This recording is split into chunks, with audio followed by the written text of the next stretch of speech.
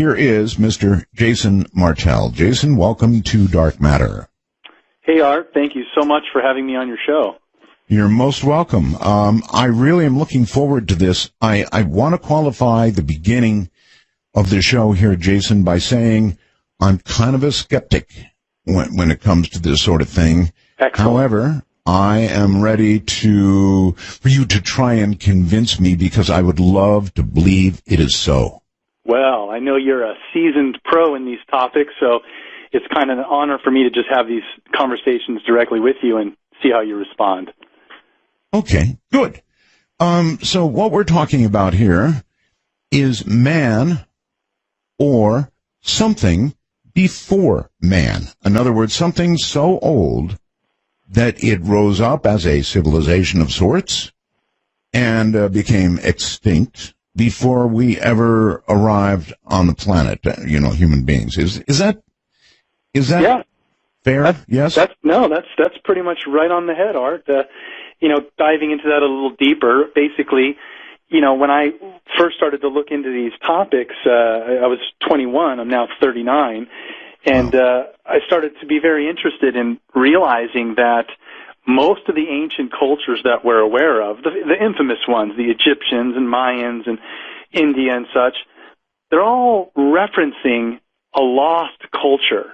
Now, we only talk about it as Atlantis or Lemuria, but science has actually been turning the tables in the last 15 years in that topics like Atlantis or these lost civilizations are really starting to come back into the scientific focus to find cultures that existed beyond what we know of today as Sumer, ancient Egypt, which we put that date at around 3800 BC is when the civilizations that we know of today kind of sprung up out of the Stone Age. All right.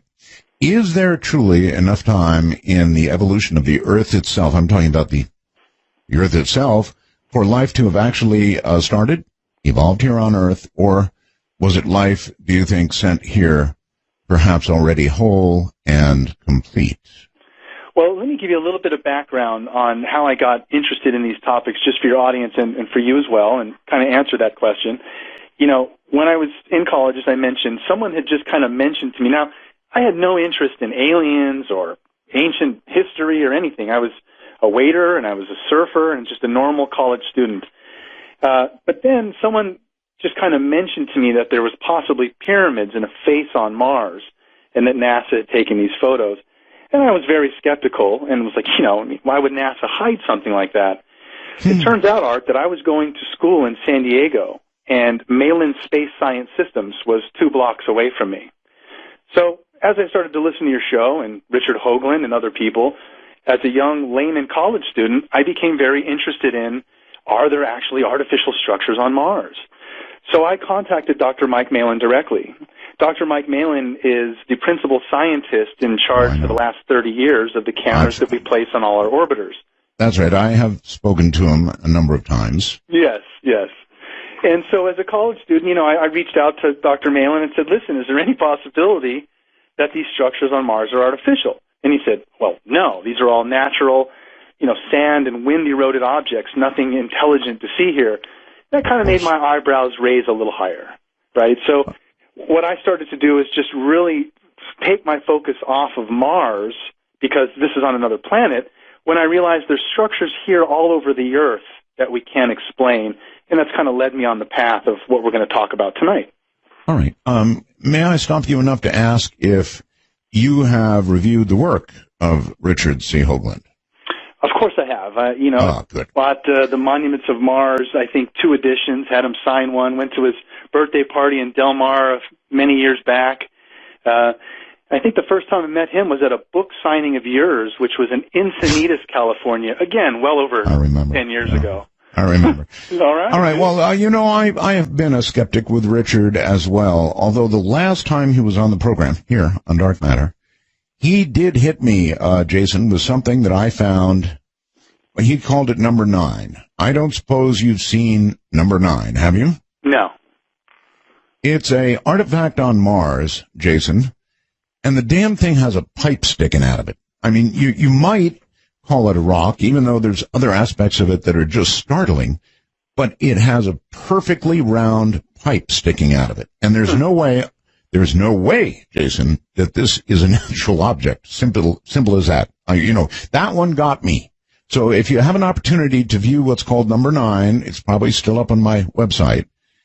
Take a look at that and let me know what you think. I'll definitely check it out. That's okay. He's always been infamous for finding artifacts and things that I guess we're really never going to know until we send a manned mission. But I definitely was very intrigued initially by the Cydonia complex, the geometry and the math being displayed there, which really made me focus on a lot of these ancient cultures and raised the question for me, where do we really come from? Well, NASA always kind of poo-pooed the phase on Mars, right? Yes, they did. And I even refer to in my lectures sometimes when I show a chronological time range from 76 until, I think, 2009 of various images. And one of them I, to this day, still call the cat box image. Yeah. But here's the thing I was going to point out, Jason. Even though they poo-pooed it, I noticed they spent a disproportionate amount of time going back to Cydonia. So while they publicly poo-pooed it, they kept going back. Now, that's got to mean something. Right. Well, I think you and I and many of your listeners are on the belief that there is a public space program, and that's publicly reported, there's also a non-public space program, which is a little more hard to track and put our hands around. But I've leaned less on the cover-up at NASA simply because I realize that there's a political backup in that some engineer has been working at NASA for 19 years making some little arm that's going to be on the rover, and this little arm's going to stick into the dirt and look for some amino acids. Mm-hmm. But there's no like rabbit catcher or Martian catcher or something that's going to actually identify life. We don't have any instruments actually deployed on any of our rovers that are going to, scientifically confirm life. We're only looking for signs of life. So we're not quite there yet. But if anyone does pay attention, it has been very educating for me, just as a civilian, to see that, what they release from the surface of Mars, there is what appear to be vegetation and questionable objects, as we were talking about. So it does, I think, raise a little bit of curiosity. All right. Let me pose this to you. There are things there that really do raise your eyebrows. Now, is it possible that NASA is well aware that there are artifacts on Mars from somebody or something that was there earlier, and they're releasing these photographs, and when somebody finally goes, oh my God, that's absolutely not some natural formation, that's artificial, and when they finally do that, NASA can say, yep, that's kind of what we've been suspecting too, and we've been right up front with you because we've released all the photographs. Up to you. Right. Well, this kind of leads to what we're going to talk about with some of the geometry and megalithic monuments here on Earth. I think the answer to that, Art, is if we ever do send people back to the moon publicly, or to Mars, what we need to do are look at some of these monuments and some of the alignments astronomically that take place. Because here on Earth, there are monuments built all over the world, on every continent, that are specifically aligned to star constellations. And these repeat, these alignments repeat. So it's very possible that some of these other structures and geometrical diagrams are probably on the moon and Mars as well, and will collaborate further with what we have here on Earth. Okay. All right, let's come back to Earth then. The theory of panspermia, what is that?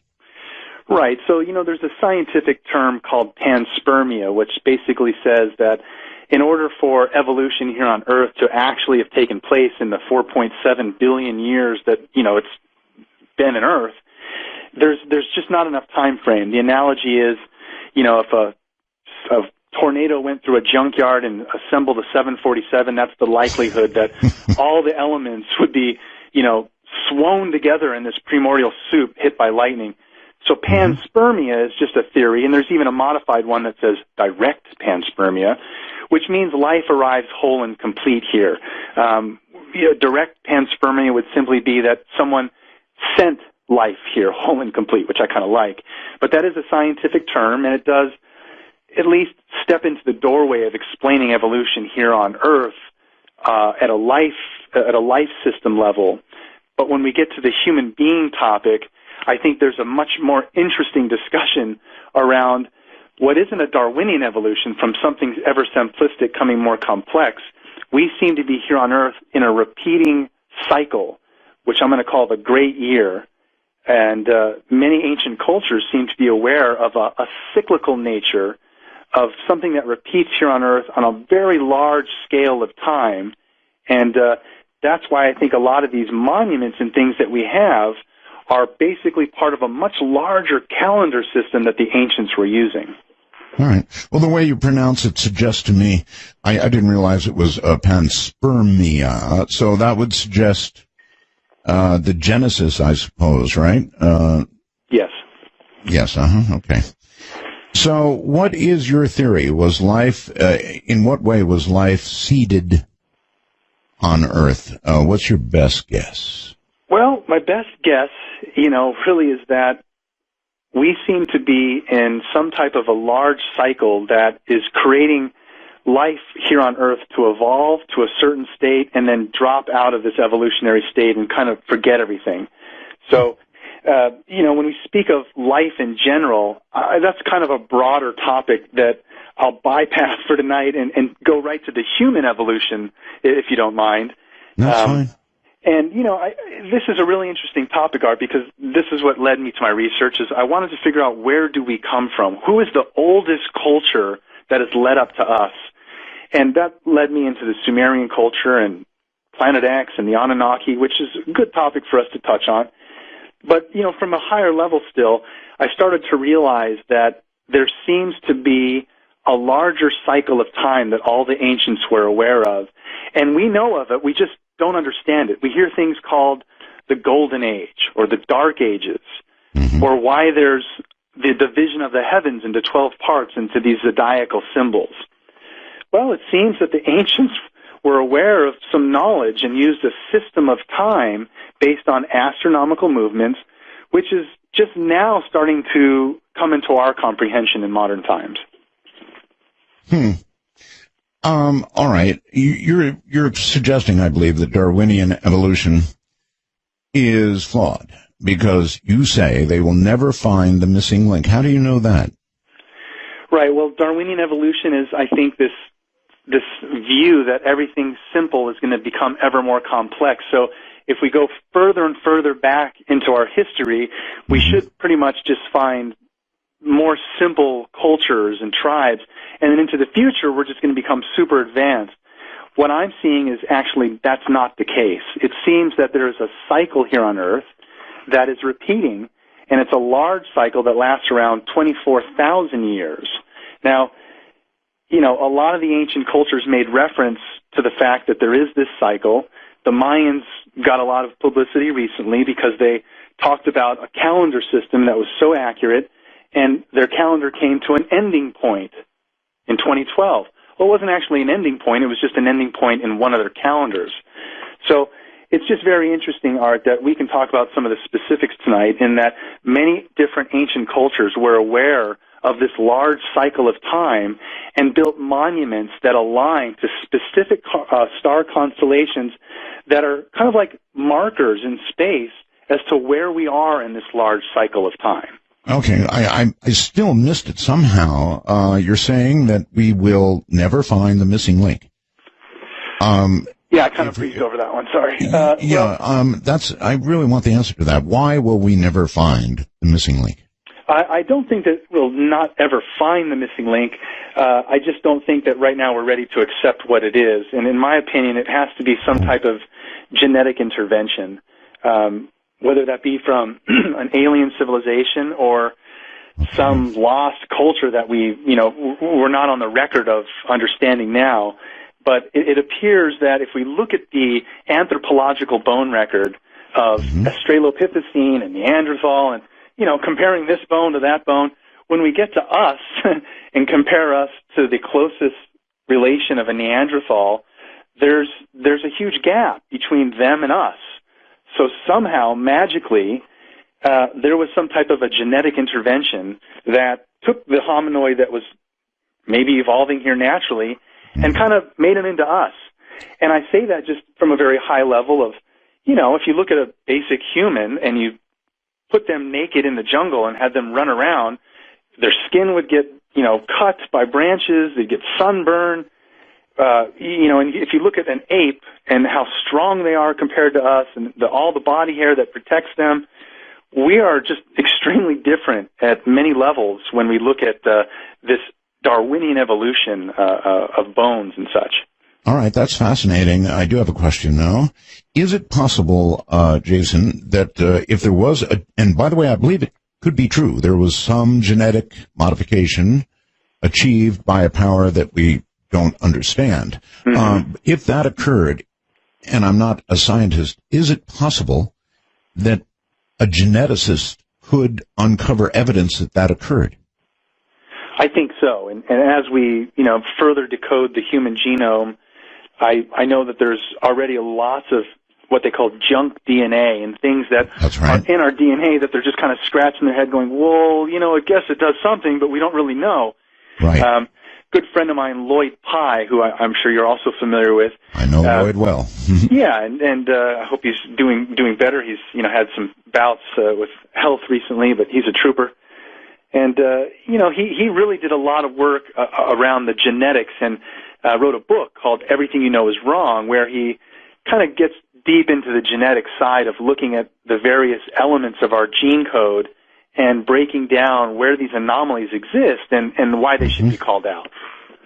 I'm not sure that finding it would be a problem. If a geneticist did find it, one could still say, look, that's where God's hand touched the human, or created the human, if you will.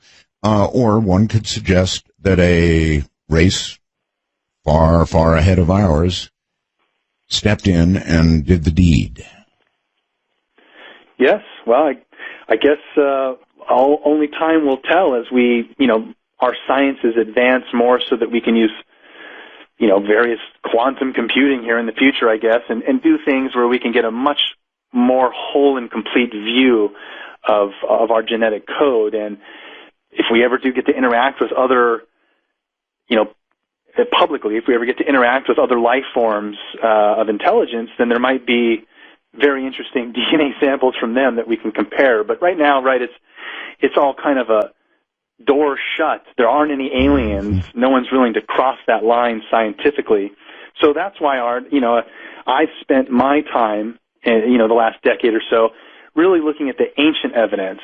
All the modern things with aliens and even our genetics and science and stuff, it's very interesting, but what we do have is just a wealth of information from all these ancient cultures, and the things that they went to great lengths to communicate to us, which we now think of mainly as mythology, really deserve another eye in looking at that evidence and saying, well, all these things that have happened in the past that we think are mythology, as our sciences kind of start to merge more with what's possible in the science fiction realm, I think we can see that some of the stuff in the past starts to raise people's eyebrows a little bit more and pay attention when we look at, various structures and understand that the architecture and building skills that went into some of these monuments is very intriguing.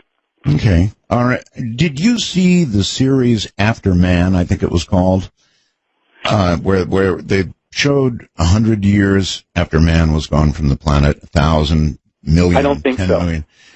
Too bad, because it showed what would happen to, for example, American architecture. Our buildings, everything that is man, would virtually disappear given enough years. And that sort of fits into what we're going to be talking about. Yeah, and that makes sense. And, we get left with just a random piece of an artifact or tablets or texts, or tales. And so art, for me, some of these ancient cultures, it's really interesting to see how they've played out scenarios in even more recent times that people can relate to that allows us to look further back in the past. And let me give you an example. I know you've heard the term cargo cult. So I have. Yeah, and so for your audience, in like World War I, World War II, when we first started flying U.S. troops over Australia and Africa, and we landed in certain rural areas where, a tribesman had never seen a white man or they'd never seen a biplane in technology. Soldier gets out, lights up a cigarette, and holds out a voice recorder and records the Aboriginal's voice and plays it back to him. The Aboriginals are freaking out. They're like, wow, this is like a god, and the ship that he came in, what is this? So even as recently as World War I and World War II, we see it playing out that when the soldiers left, and I should also mention, every now and then the soldier camps would get drop shipments, like a cargo plane flies over and just drops a bag of goods. Sometimes that bag of goods would land in the middle of a tribe instead of the camp, and they'd crack it open and find all these things falling from the sky, and they'd be like, oh, So when the soldiers left, a lot of these Coke bottle, for example. Right, exactly. Yeah, like that funny movie. Let me tell you just a very brief story. I went up into communist China with Bob Crane and his wife, and this was years and years ago, just after it kind of opened. And we went into some small villages, and Bob Crane's wife is a blonde. And I'm telling you, Jason, people came out of their homes in these little towns. That's awesome. And just stood and stared in almost disbelief. They hadn't seen Westerners, and a Westerner with blonde hair, that's big time. So it's kind of like that in a way. I mean, they were so isolated that they were just amazed to see it. See Westerners, see blonde hair. Yeah. I'm sorry to interrupt you. Go ahead. Just wanted to squeeze out that analogy before I get it. What was simply that the cargo cult is that, when the soldiers left, the Aboriginals started to scrape out runways, made straw models of aircraft, and started to kind of worship these as items, hoping to entice the soldiers to come back. And so, are you referring now to the runways down in Peru, that kind of thing? Well, not really. I mean, that's a different set of circumstances, but just in general, the idea of a cargo cult, even in recent times, we see how greatly it affects these Aboriginals. So when we look back into the past, places like Bolivia and Peru and South America, we see these very clear attempts to communicate to whatever must have been in the sky at that time. And the paradox there is that none of the civilizations that were human at that time had hot air balloons or gliders or any type of flight, yet they were clearly communicating to people in the sky. Okay. Clearly. I mean, you sound pretty sure about that. Well, when we look in, for instance, Peru, where the Nazca lines are, since we bring that up, we have that wonderful figure of El Astronato carved into a mountainside, and he's kind of, they're waving hi to anybody that would see him. And any of those structures in Peru, like the runways or what really intrigued me are actually in the foothills, some of the mountains right in that range in Bolivia, we find very large geometric patterns. And you can't see any of these. You can't see El Astronato or any of the Nazca figurines, as most people know, unless you're in the sky in some type of conveyance that allows you to be above the surface of the ground. Yes. So, for me, Art, I thought it was really interesting that, there are various descriptions in even more recent times of how ancient people handle this, but it starts to get really interesting, and this kind of ties into what you just said with your Bob Crane's wife. What's also very interesting in studying a lot of these South American cultures, these are all mostly dark-haired people, dark-skinned, but their gods are usually tall, pale, blonde people. Kukulkan and Quetzalcoatl and various other South American gods are either depicted with long red hair or white hair, and they usually are pale in skin. Now, this is a very interesting paradox when all the... It is because we generally, we as humans, model our gods after, I think you're going to suggest what they thought were gods.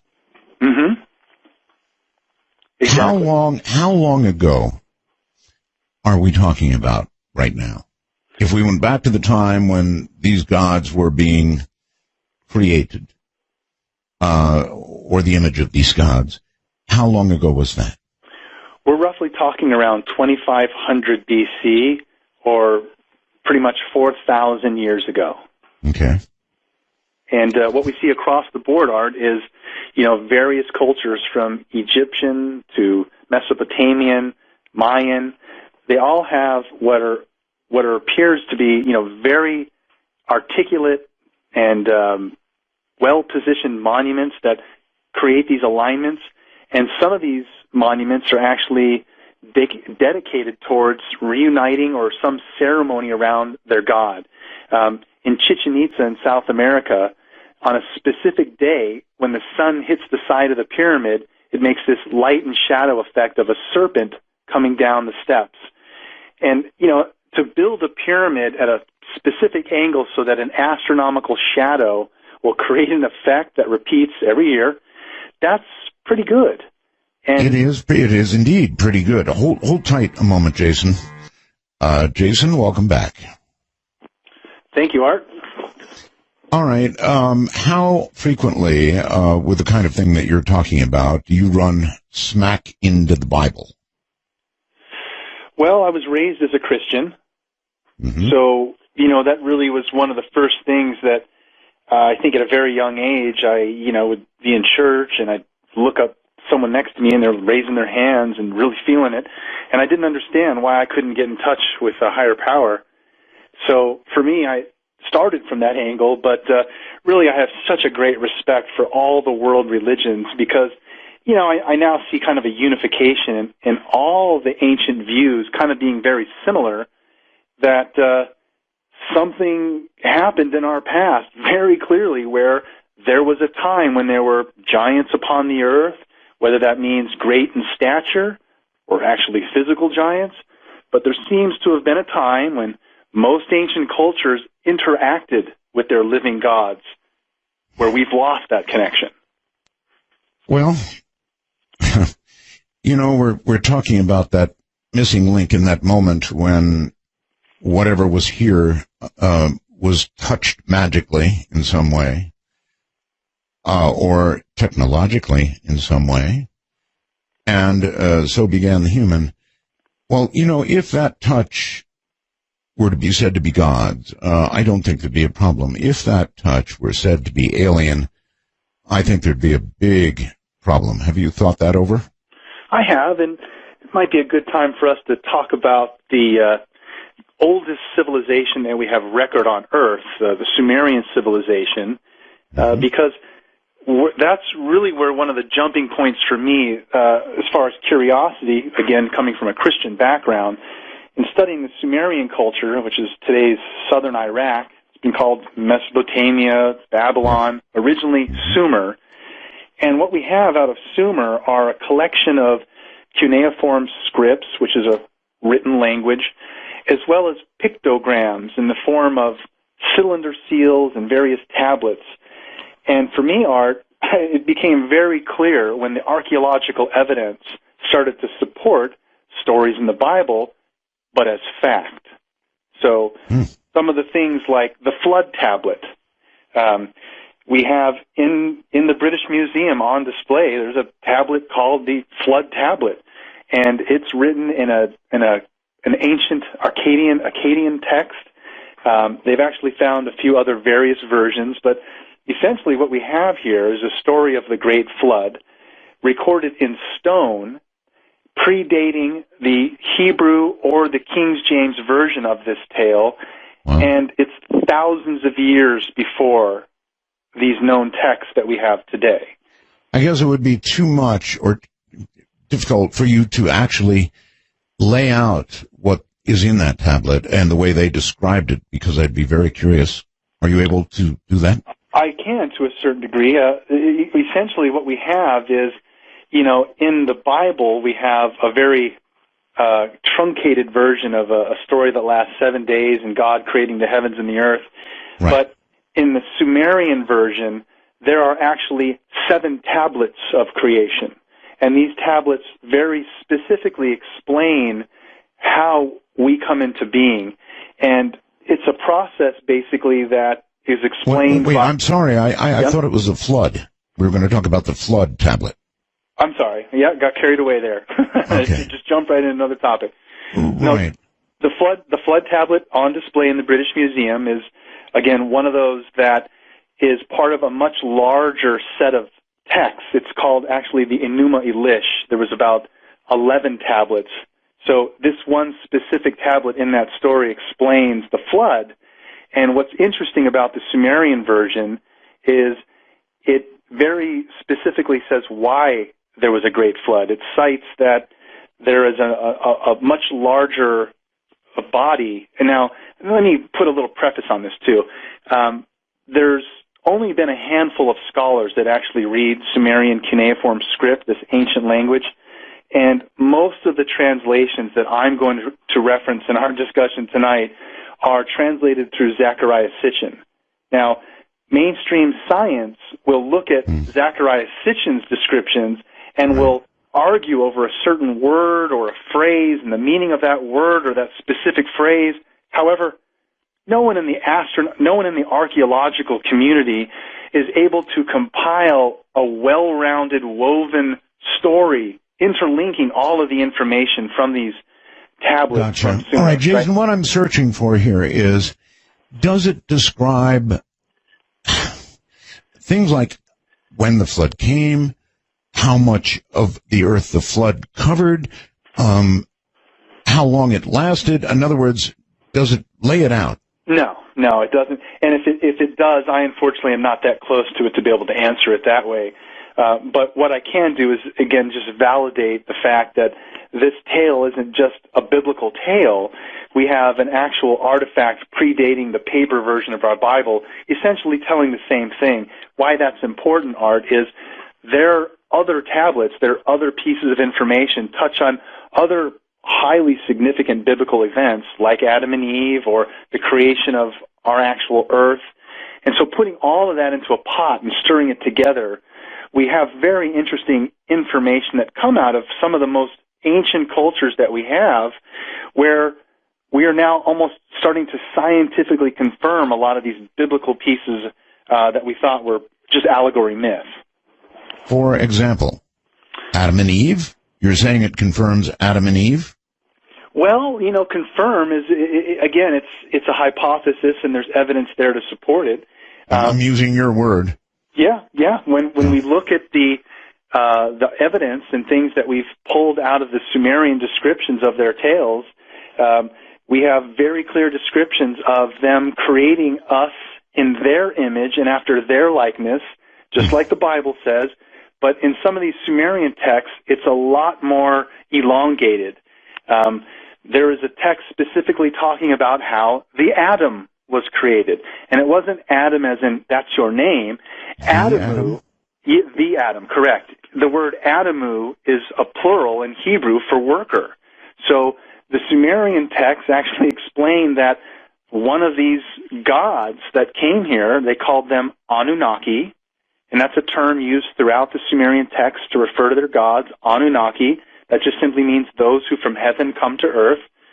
One of their texts explains how a very specific Anunnaki, she was a chief medical officer. Her name was Nin-Harsad, and she actually created the first working atom. There were 2 or 3 versions that didn't function, where the arm in one didn't work, another, the kidney didn't function, and they actually have cylinder-sealed descriptions, little pictograms, little scenes that go along with these texts. And you see her holding up a small being, and she's saying, I've done it.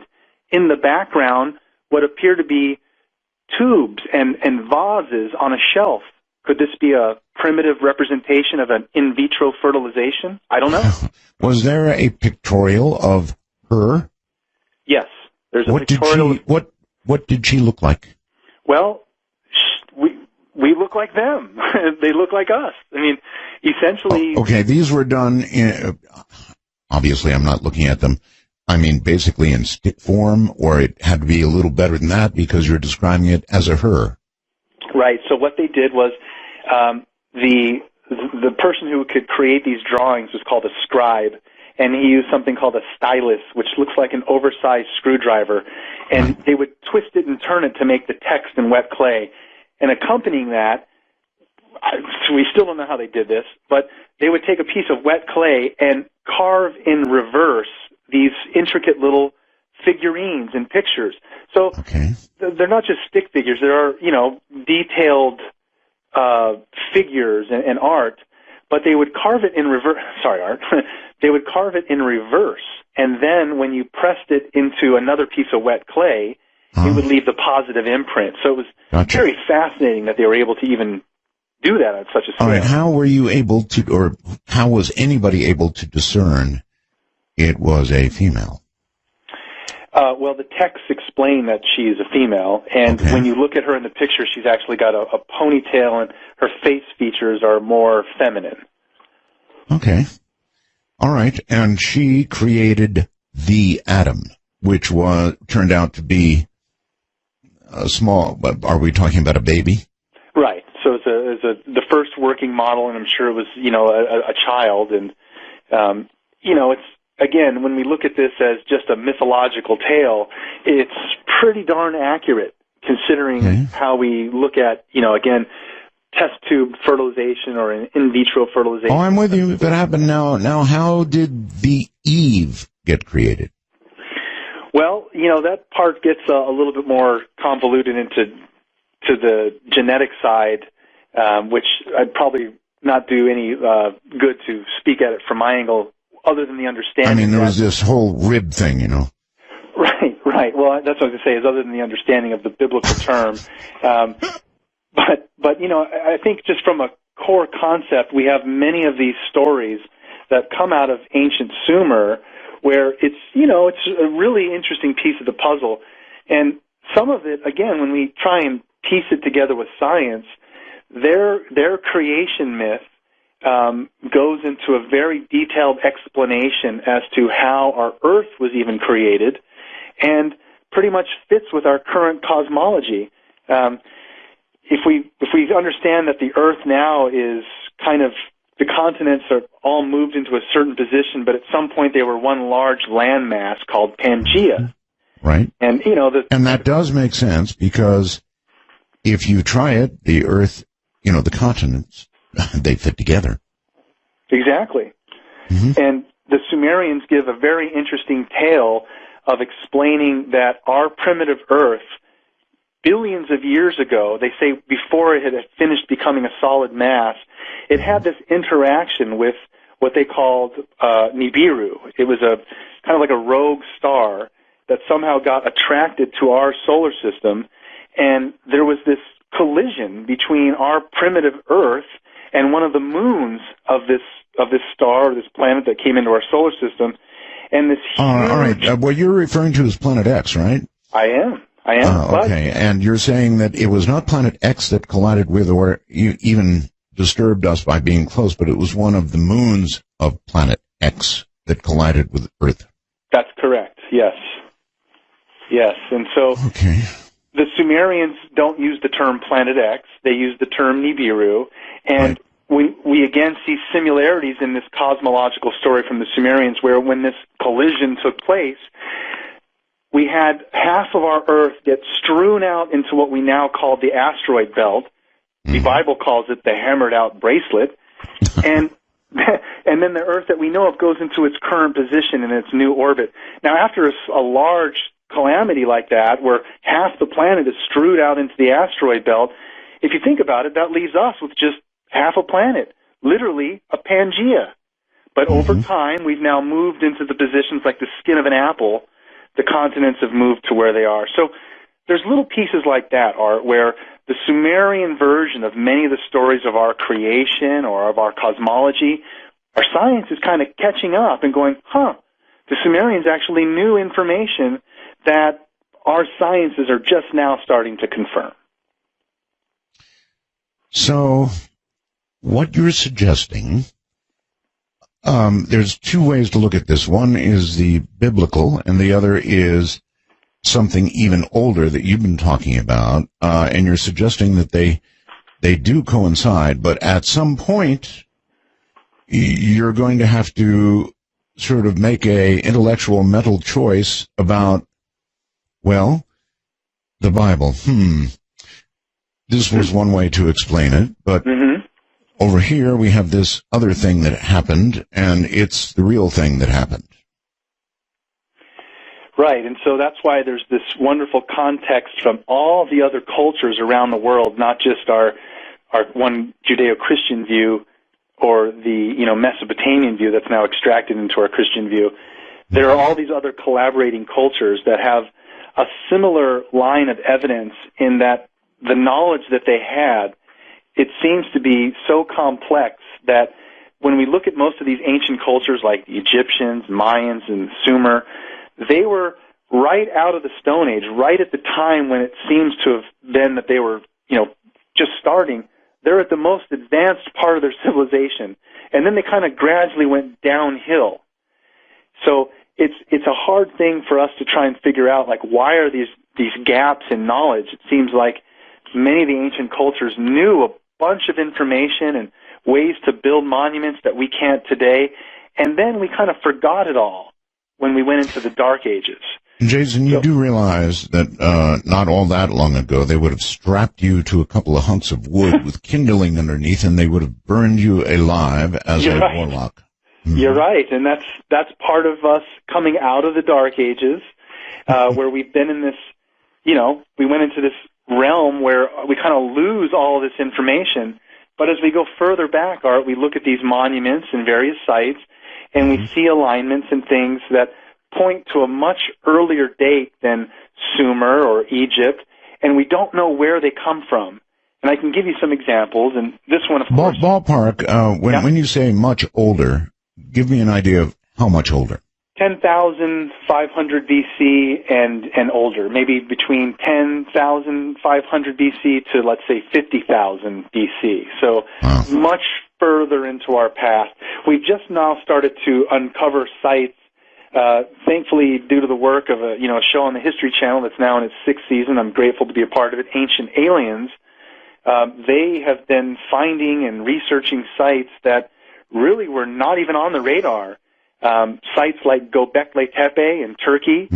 All right, now, Jason, what is the best evidence that you would cite from these programs, from that research, of something that old? I get that question a lot. I love it. And, I think for me the answer is vitrification. Some people might have to Google that. It is a good term, but vitrification means the heating of a stone until it becomes a molten state.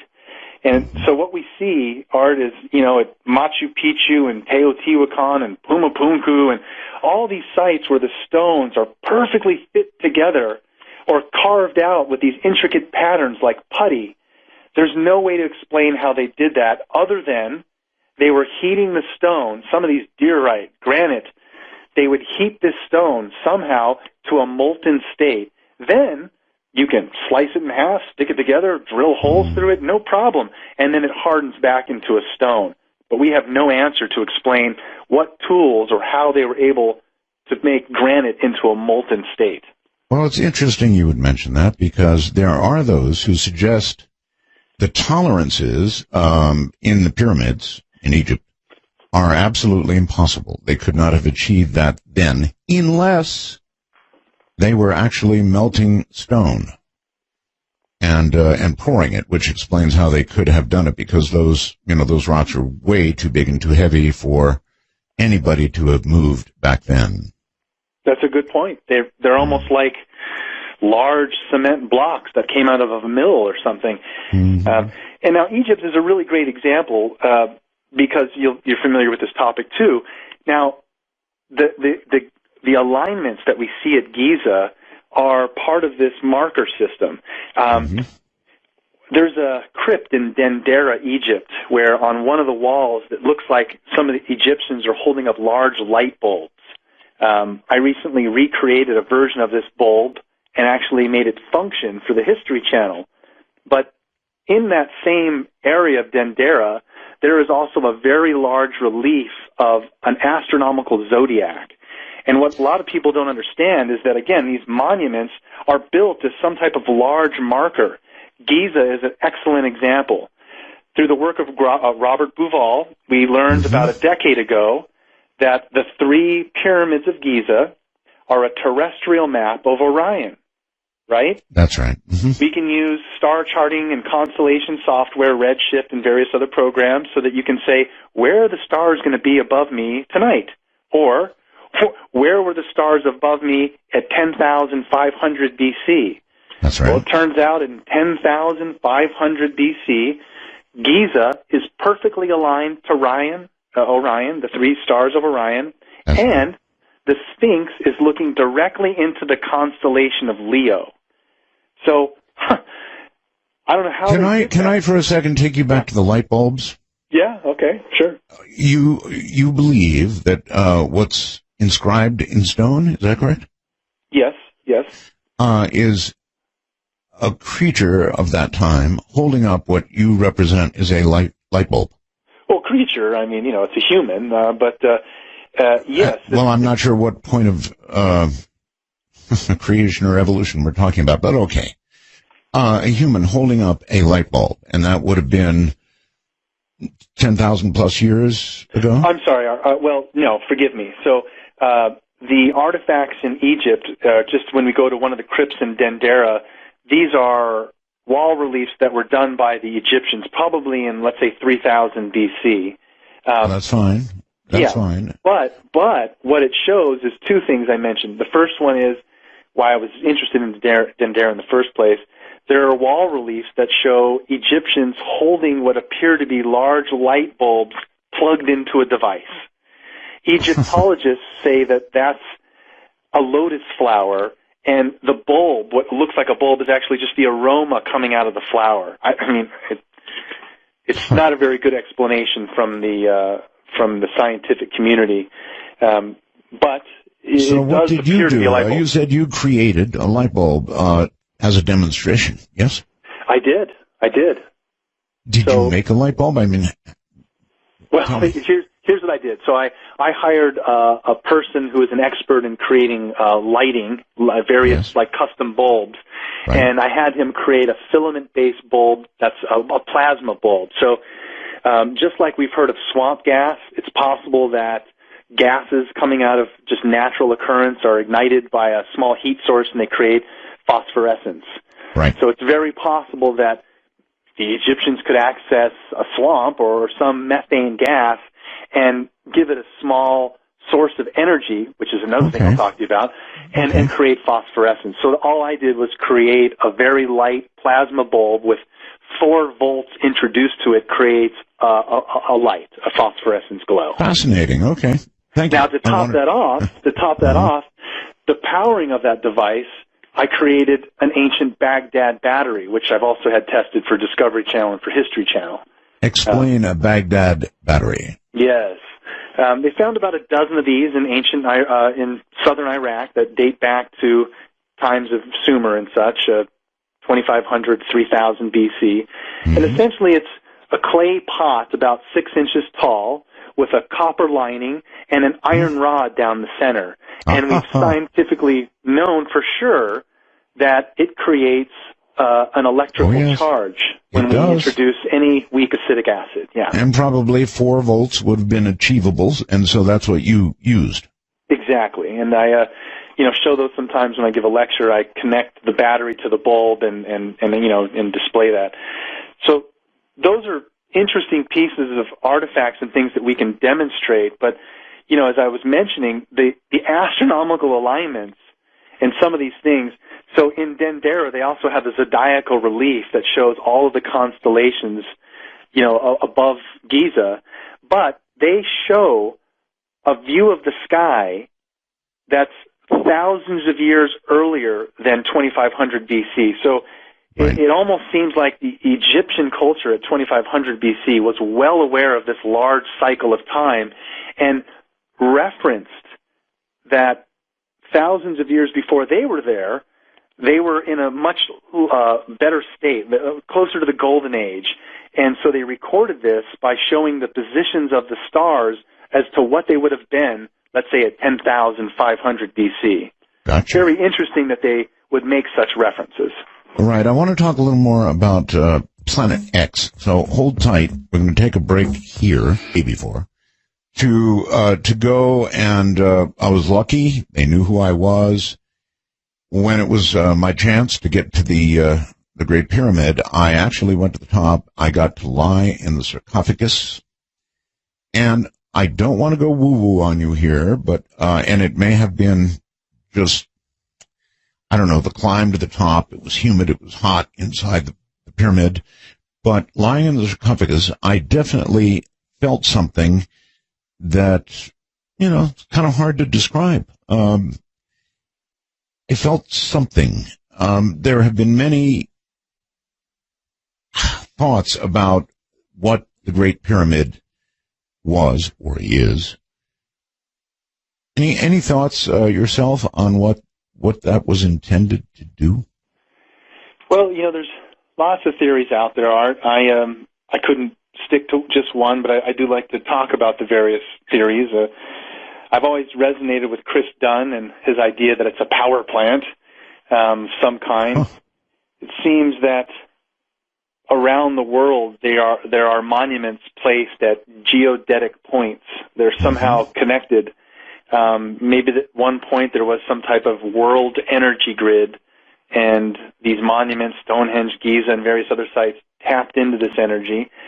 Or, you know, it could be something more basic, utilizing elements. I heard an interesting theory around the water and the way the Nile and the tide recedes and such, that there are channels and ducts that come up under the Sphinx and under the pyramid, and just the pressure of this water filling these canals and pressing up against the pyramid actually creates energy and static charge that they were somehow maybe utilizing. It doesn't surprise me that if you were sitting in the king's chamber sarcophagus or the queen's chamber, that you might actually feel some type of resonance or an energy. Well, I don't know if it was self-induced, psychological, or because of the unusual conditions, but I'll talk about it some other time, but I definitely felt something strong. Now, there are others who feel that the purpose of it and the alignment was to launch one's soul onto its journey, right? Well, and, you know, we have these various shafts and things that there's a shaft in the king's chamber and in the queen's chamber that are very specific, that point to a star constellation, one of the belt stars of Orion, the star system Sirius. And I'm sure you noticed that when you were in the king's chamber and the queen's chamber, if this was a tomb, where are all the hieroglyphs, right? Right. It's like a big empty room. So no, it is a puzzle. I admit that. So you take the technological road because it kind of fits what you're saying, and that's fine. And it could certainly well be. I don't know. And there's probably some stuff in there that either they're covering up to a certain degree or we're just not getting full access to. You know, that little square, I think it's like a 1 foot by 1 foot shaft that they sent that little robot, the Upawat, up into and found that door. Yes. Mm-hmm. Well, you know, they did go behind that door, and they detected metal objects in some type of a hidden room, but kind of never made it out publicly. Okay, and you also, as does Richard, you see a connection between the monuments on Mars and those on Earth, yes? Well, when we look at the fact that there's pyramids and a Sphinx object, you know, in Giza, and then on Mars there are pyramids, and for my own analysis using, you know, graphics and things to extrapolate data, that face has, there's just no way that the symmetry and eye and nose, headdress, winged formation over the head, like a headdress formation, there's too many pieces there to be natural occurrence, and it does look kind of lion human-like. So, yeah, I think Richard caught on to that, and I give him kudos. But I really don't think we can answer these questions. I'm sorry, Jason. Somebody just sent a wormhole message to me referring to you, asking if Richard C. Hoagland and Zachariah Sitchin had a child. Oh, God. I'm going to take that as a compliment, but, you know. Well, you should. You should. You should. Somebody's got to carry on research. It's funny. Sorry. It's all good. You know, I mean, Richard definitely is on to something there, and I think we're really not going to be able to answer these questions until we have an actual frame of reference from the surface of Mars, so that just like here on Earth, these monuments we're seeing align to astronomical points, have math built into them. So I'm sure that if we ever actually go to Mars, some of these pieces are really going to stack up. Your producer was nice enough to send the number 9 image from your site. And now take a good long look at that. What do you think, Jason? Is that weird or what? Look carefully. Do you see the perfectly circular pipe sticking out? It's really, you know, I don't see how that couldn't be some type of a technology, a gear or a wheel. Thank you. I look at a lot of what Richard sends me and I go, sorry, Richard, rocks. But we got to this number 9 and I went, oh my God. Yeah, it's a good one. Yeah, it's a good one. Is there any way that nature does that? No, I don't think so. No, it doesn't. And, you know, you're also familiar with the work who should be more prominently noted. He's probably just out of the game. But Dr. Mark Carlotto, who was an image expert and looked at a lot of the algorithms and things, you know, Cydonia, people don't realize that, you know, there's just, if you do some very basic science on these areas that NASA neglects, it really makes you wonder. Dr. Mark Carlotto is someone who, you know, is very familiar with running image analysis, and he would show various examples with Russian satellite telemetry. They would run mathematical algorithms on some Russian satellite image, and the math would tell you there's a 98 probability that that's actually a tank or some troops being, you know, covered by some shrub or a tarp. When we run those same algorithms on the surface of Mars, Cydonia, the face, the pyramids, they all come out to be way over 90% probability of artificiality. But NASA never did any of those types of tests, right? They just said, don't look here, it's a trick of light and shadow, when in fact it wasn't a trick of light and shadow, and Vince DiPietro and Greg Molinar found other frame grabs where the sun was in a different reference. So, well, that's why I said to you earlier, isn't it possible that NASA is laying all this in front of us in plain sight, and when somebody finally says, I've had it, this is not formed by wind or erosion or whatever, this is not a natural object, when somebody finally says that and really says it loudly, NASA will say, well, you know, we've been releasing the pictures all along. We're not surprised. I guess I would agree with you there. I've seen in my career being interested in these topics. I started out very motivated 15, 19 years ago in college, and no one would hear it. No one would even consider the idea that any of this was logical. That is changing now because of all the things that we're learning that, you know, go into that pot and it gets stirred. So, yeah, I think there is a desensitizing of the public going on. And if anyone hears stories like Gary McKinnon and others that, you know, sometimes tiptoe into areas that they're not supposed to or hack a computer at NASA, you know, you do have to take these still with at least some realm of conjecture that it could be true.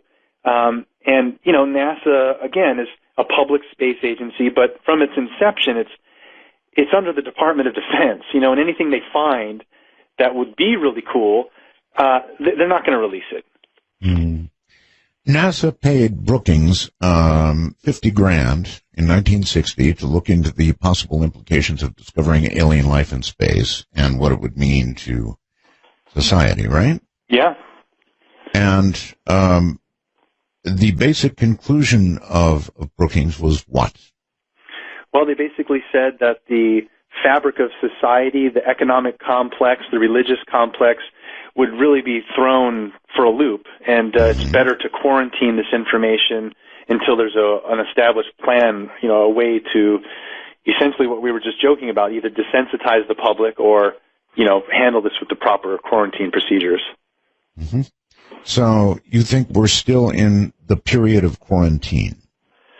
I do, and as I mentioned when we first started, I usually, when I give a lecture or do a talk, I cite evidence because there are artifacts, there are science that our understandings currently can put into a spectrum of truth with some of these ancient pieces, artifacts and such. But when we get into more of the current topics, it gets a little more slippery and difficult to not only put evidence behind it, but, the Department of Defense and national security, I don't really have any interest in upsetting the powers that be, if you will. So there is a fine line, I think, to, looking at some of these topics where I think it's best to probably just stick to what we've learned in the past to help us see what could be possibly our future. With regard to NASA, they have been making noise lately, Jason, about some big announcement that's coming up. I've heard dates for the announcement. I've heard them saying something amazing is going to be announced. And I'm wondering if you think that's going to be NASA saying we have discovered microbiological life of some sort on Mars. I think it's time. Yeah, I think it's probably time that they do step up, and I don't think they're going to actually be able to confirm organisms, but they might actually further pinpoint that microorganisms lived in the past or something. Okay. All right, something that people could digest without going, oh my God, everything I thought I knew was wrong. Right, yes. So you expect such an announcement, I don't know, in the next 5 or 10 years or sooner? I would sure hope so. Okay. All right, let's go back now to the pale gods that were depicted. It doesn't make sense. In South America, where people, of course, have darker skin because of the sun.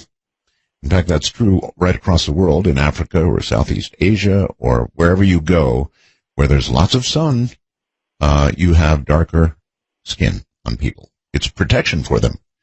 Now, it is odd that they would not make these gods in their own image, but rather pale-skinned. It doesn't make sense unless, and I'll let you finish. Well, unless there was, let's call it some extraterrestrial race that is probably very close to us, maybe even related to us in some way, or some lost civilization that we just don't understand that existed here on Earth, but they somehow were influencing all of the cultures around the world. So just like the idea of an Atlantis, if there was an Atlantean culture, they wouldn't have been technologically advanced on one continent. They would have been a global civilization. And that's what we see, Art, is that there's an evidence by these monuments and the architecture of these monuments around the world that pinpoints a lost race or a lost civilization. And here's an actual even further detail that I've just been recently kind of pondering is when we look at some of these ancient sites, really ancient, even the ones that are just popping up. So Göbekli Tepe in Turkey, the Moai heads in Rapa Nui Island, the figurines in Bada Valley, Indonesia, and even the figurines depicted by the Sumerians all have a similar style of a creature, a being, that is very slender, and their arms are always wrapped at the waist. Mm-hmm. So if we look at the Moai heads as an example on Rapa Nui, most people might not know that they're not just heads. We've actually dug out below the head, and there's a full body just underground of these long, slender beings. We see these same beings depicted at Göbekli Tepe. And again, they all have their hands folded at the waist. I think, Art, that what we're seeing is that these older civilizations are all referencing knowledge from this lost race, this lost culture that influenced all the greats that we know of now, but beyond them, we've lost. Okay, Jason, wouldn't you think that if there was this great civilization that was on Earth at any time, that there would be more? Yes, we've got depictions on rocks and things like that. But wouldn't there be somehow preserved examples of some of the technology that you're talking about? Well, as our technology advances, we wonder, like, is a USB drive or a DVD Blu-ray disc going to be worth anything in 1,000 years? And, when we look at some of the things that, like crystal skulls or some of these rocks that we know a crystal can actually hold data. Now, we don't use it yet in our own, like in a computer, but I think, Art, that it's very possible in the future when our technology advances, we start to store data. I don't want to say literally in the cloud, but, everything, even a rock, it's capturing the energy vibrations of anything that passes by it, and it sits there for thousands of years. Why can't we just tap into that rock somehow and extract that data? Now, I know that sounds funny and far-fetched. No, but not as funny and not as far-fetched as you would think. Yeah. I think there probably is something to that. In fact, I think science is even working on the fact that information seems to get stored in particularly things subject to vibration like windows and things like that. Yes. So, no, it's not so far-fetched. Well, so I think... And by the way, in my opinion, as fast as technology is moving, I think that in, 10 years, let's say, a Blu-ray disc will be off somewhere with beta machines. Right. Yeah, it'll just be a basic Frisbee, and that's all it'll be good for. That's right. Now, Art, see, I do, again, as I referenced this lost cycle of time, I don't think everything is linear. I don't think it's going to be, we're in the future just going to become more and more advanced, and it'll continue that way. There seems to be a cycle here that repeats on Earth where we go into the Dark Ages, and then into the Golden Age, and then back into the Dark Ages, and into the Golden Age. And I say that because we can look at the information being depicted by the ancients where they used this astronomical calendar based on the heavens. So the Sumerians, we think, because they're still the oldest on record, were one of the first to divide the heavens into 12 parts and assign it a constellation.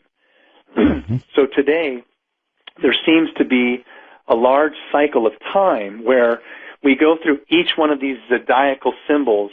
It lasts about 2,000 years where, based on the alignments of where our Earth is to the sun and the star constellation behind that, the ancients had a very simple and ingenious way of knowing what age they were in.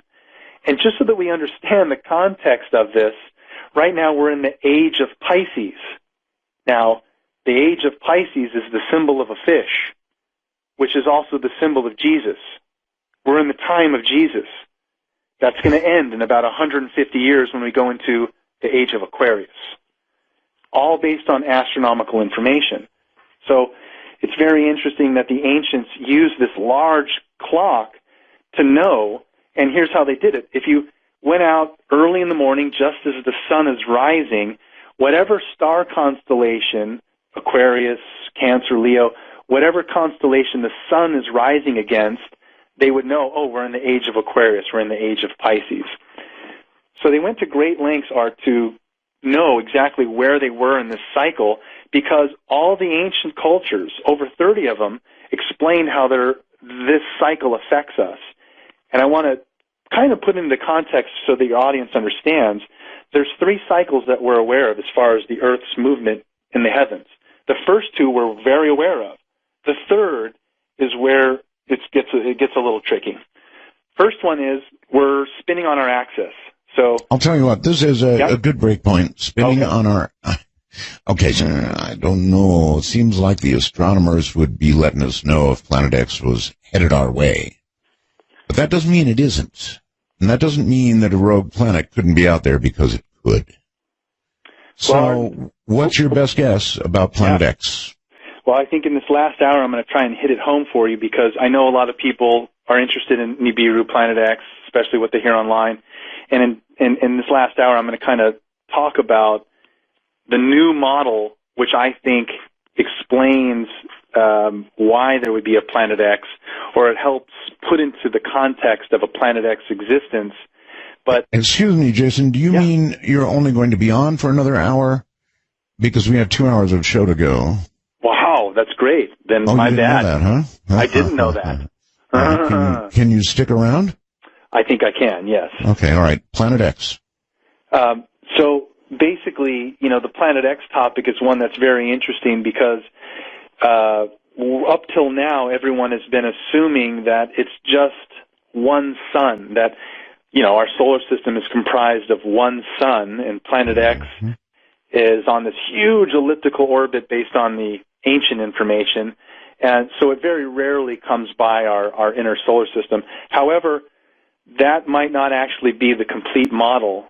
Based on most of the latest science that we're getting from our telescopes in space, most solar systems, external solar systems, not ours, most solar systems are binary. They have at least two suns, some in an intricate dance up to 6 or more suns in this, unbelievable orbit.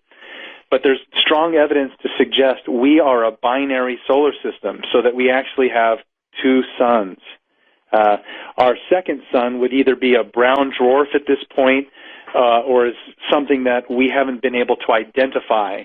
Like, for instance, let's call it maybe Sirius could be our second sun, and it's somehow in this intricate dance with us, which is kind of where I'm going to lead into this spinning on the axis before we picked up after the break.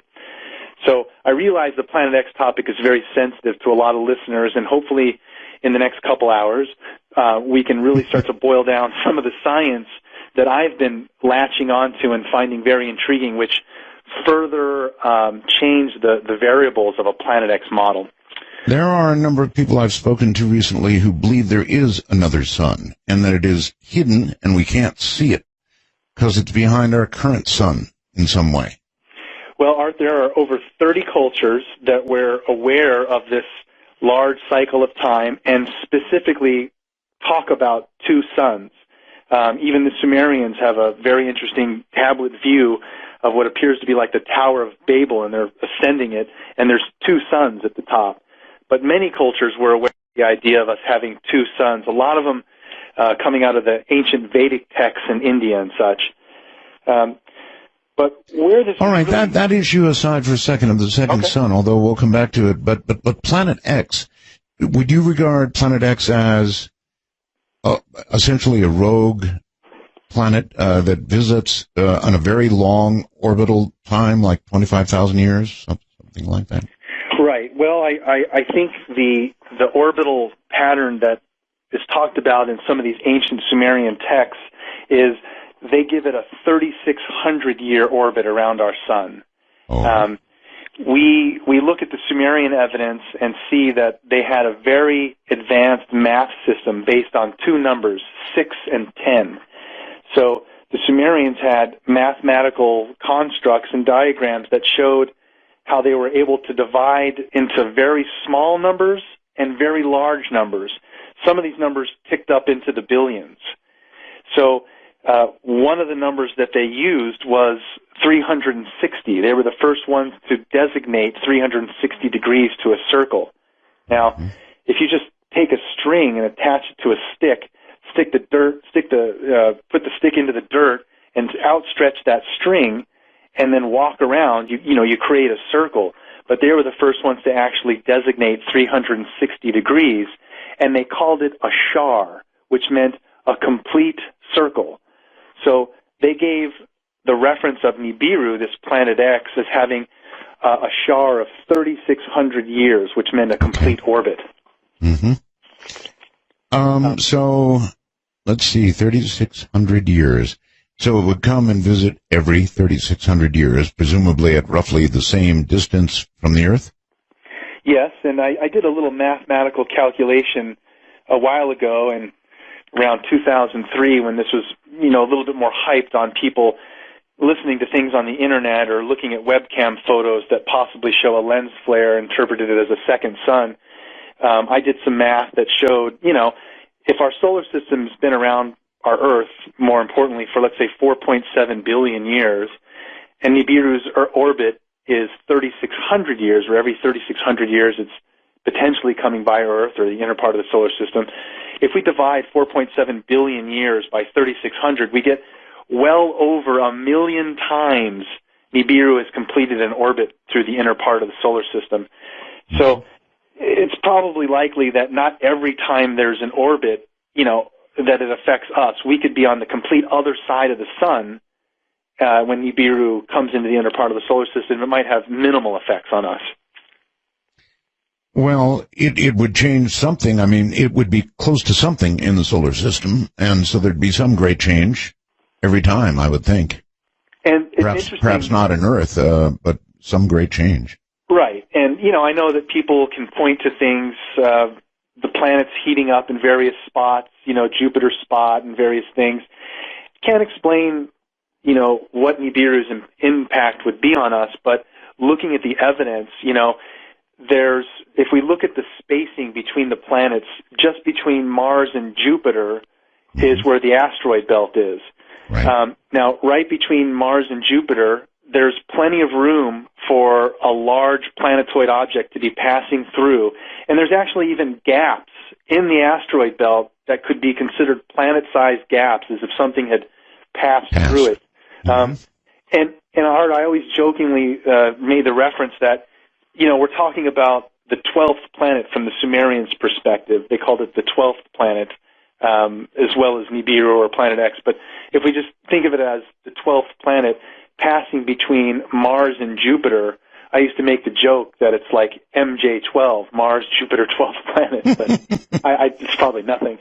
But, Nibiru has been coming through our solar system for millions of, at least over 1 million times. And, I know the current hype today is that people are interested when they hear the historical evidence of how this interaction in the past caused a great flood and how the ancients are tracking this planet.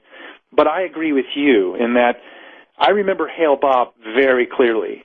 And I actually, as I mentioned, lived in San Diego, and my parents lived in Rancho Santa Fe, and something happened a few blocks over from my house.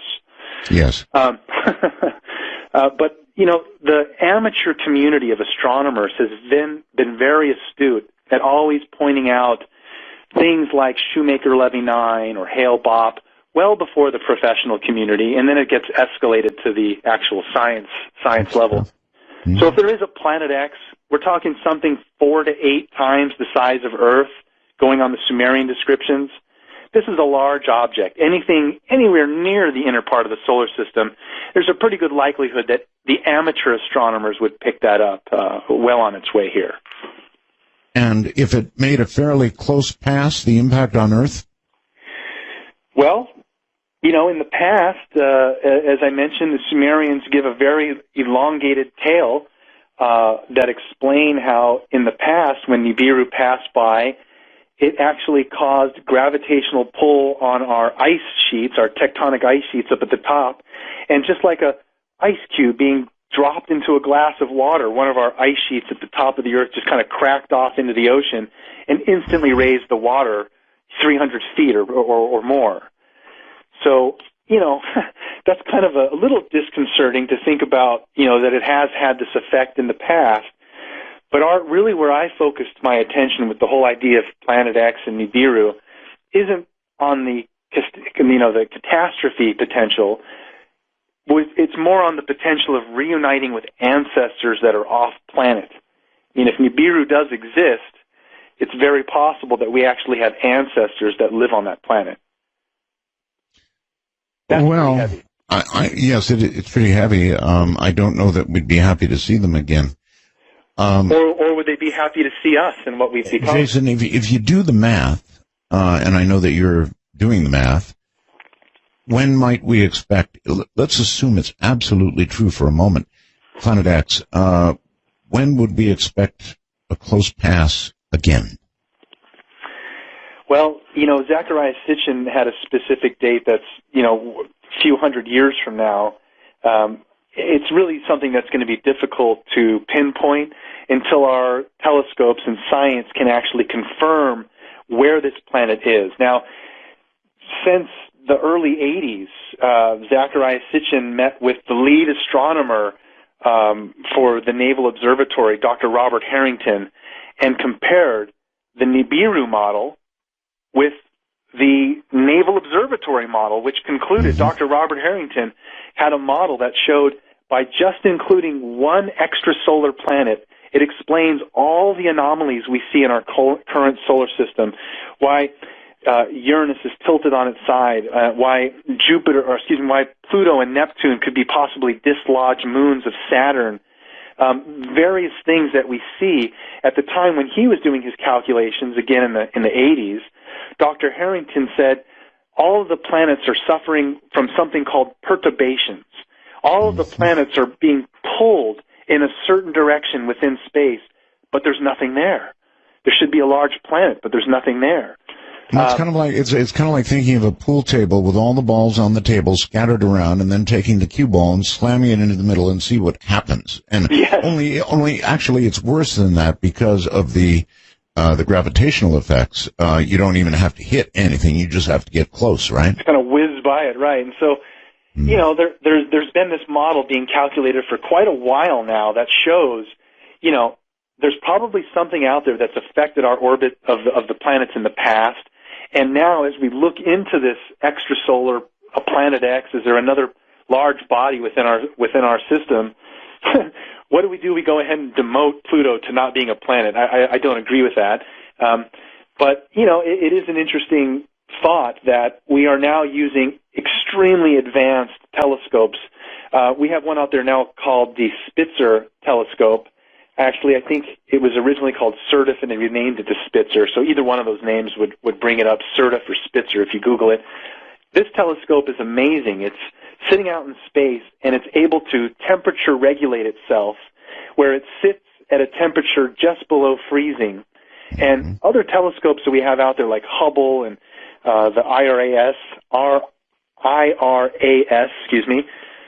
most of these other telescopes are not able to penetrate these large dust clouds, where when we start to look really deep into space, there are certain areas where there's these, you know, dark, cloudy masses, and we can't see through them.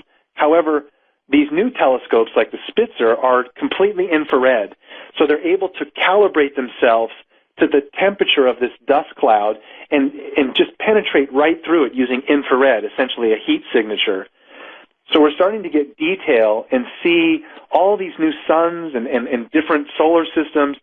And there is a large likelihood, Art, that we will actually identify a rogue planet that fits the Nibiru model within the next 10 years that's actually viewable and trackable within our solar system. At that point, then it becomes a little more interesting to go, well, you're saying that there's this planet 48 times the size of Earth, and we're tracking its orbit, and it's going to come into the inner part of the solar system or be near us in 200 years? Interesting. We should keep an eye on it. Keep an eye on it. Jason, that would be an ELE event, probably. If it got close. If it got an close. An LE. It's definitely an LE. I mean, I don't know if it would be another great flood, or if a hunk of the planet would break off, or we'd assume a new orbit that ended up changing the temperature on Earth by about 100 degrees. Something awful like that is definitely possible. It is a possibility, but, you know, there's really nothing that anyone can do at that level. If there's going to be an LE event like Deep Impact, what am I going to do to worry about it, or even, you know, research something like that? If it's going to happen, it's going to happen. Where I find it interesting, Art, is the fact that, you know, there seems to be another angle to just the catastrophe side of possibility. All right, but stick with that for just a moment, and then we'll move on. Jason, if your research led to the fact that Nibiru actually was coming, Planet X was or is coming, and in a couple of 100 years will produce an LE like that here, would it be your position that the people of the world should be told, or that the people of the world really should go on about their business, and telling them would only produce the ELE event probably ahead of time anyway, because everybody'd panic and go nuts? Yeah, that's a hard one to answer. I think my personal opinion is I do think that the world has a right to know, And I do think that the powers that be financially, I don't mean the government, private equity, would take our race off planet. I know X Prize, Bronson, Bigelow, there are many people that are looking into, taking us into space. So I think in a couple hundred years, we're probably going to advance very quickly in that realm. But really, who knows? And this really will go back to the topic of this lost cycle of time, in that there seems to be, again, which we're going to get into, a reason why we go into the dark ages and forget everything and then go into this golden age and have this enlightenment. But it's very possible that, there's another factor outside of just the cycle, which is catastrophic events.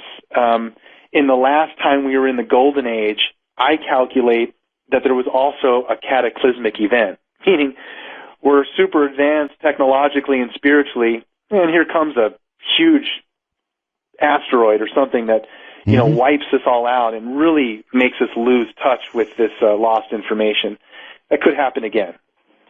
Well, Jason, maybe it's sort of a cosmic race. In other words, this planet comes by however many years it is, and it's a race to see if we have become technologically advanced enough to do something about it and get humans elsewhere to continue the human race, as it were. And maybe we just haven't quite made, won the race just yet. But we're advancing very quickly now. We're going very quickly now, so you never know. We might make it this time. Well, ever since, some of these, like presidents, like Reagan, giving his speech in front of the UN, Yes. about, isn't there already an extraterrestrial presence? I think it's really interesting that, within our lifetime, hopefully some of this knowledge will become more prevalent, and there does seem to be some type of desensitizing. And I almost think, Art, that, it seems like Earth is the one on quarantine.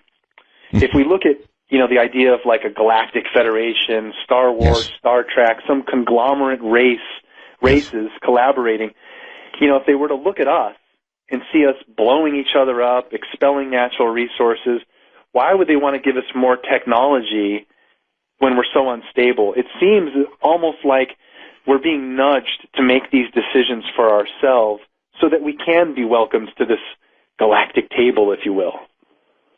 Maybe that's it. When we finally win the race, then we're welcomed at the table. Asteroid belt be what's left of planet X. What do you think? Yeah, I mean, we're essentially talking about a collision between one of the moons of Nibiru and our primitive Earth, and the intermingling of the waters from, Nibiru and its moon, as well as with Earth. And that's probably where we initially had life being seeded on our planet. The evolutionary process on Nibiru could have been taking place a lot longer. So it's very possible that the asteroid belt might actually contain other fragments of life that show a connection between Nibiru and Earth. Well, I think John was hoping that Planet X is no longer with us, that it is, that all that's left of it now is the asteroid belt. Right. Well, there was a very excellent researcher, Dr. Thomas Van Flandern, a good friend of mine that unfortunately passed away a little while ago, and he wrote a book called The Exploded Planet Hypothesis. And, essentially when we look at all of the other planets in our system, even our moon, we see extensive fragmentation from meteorites and comets and various things. So it's very possible that there was, some type of a large, event in the past that caused a lot of these potholes and things that we see not only on our moon but on some of the other planets. Okay.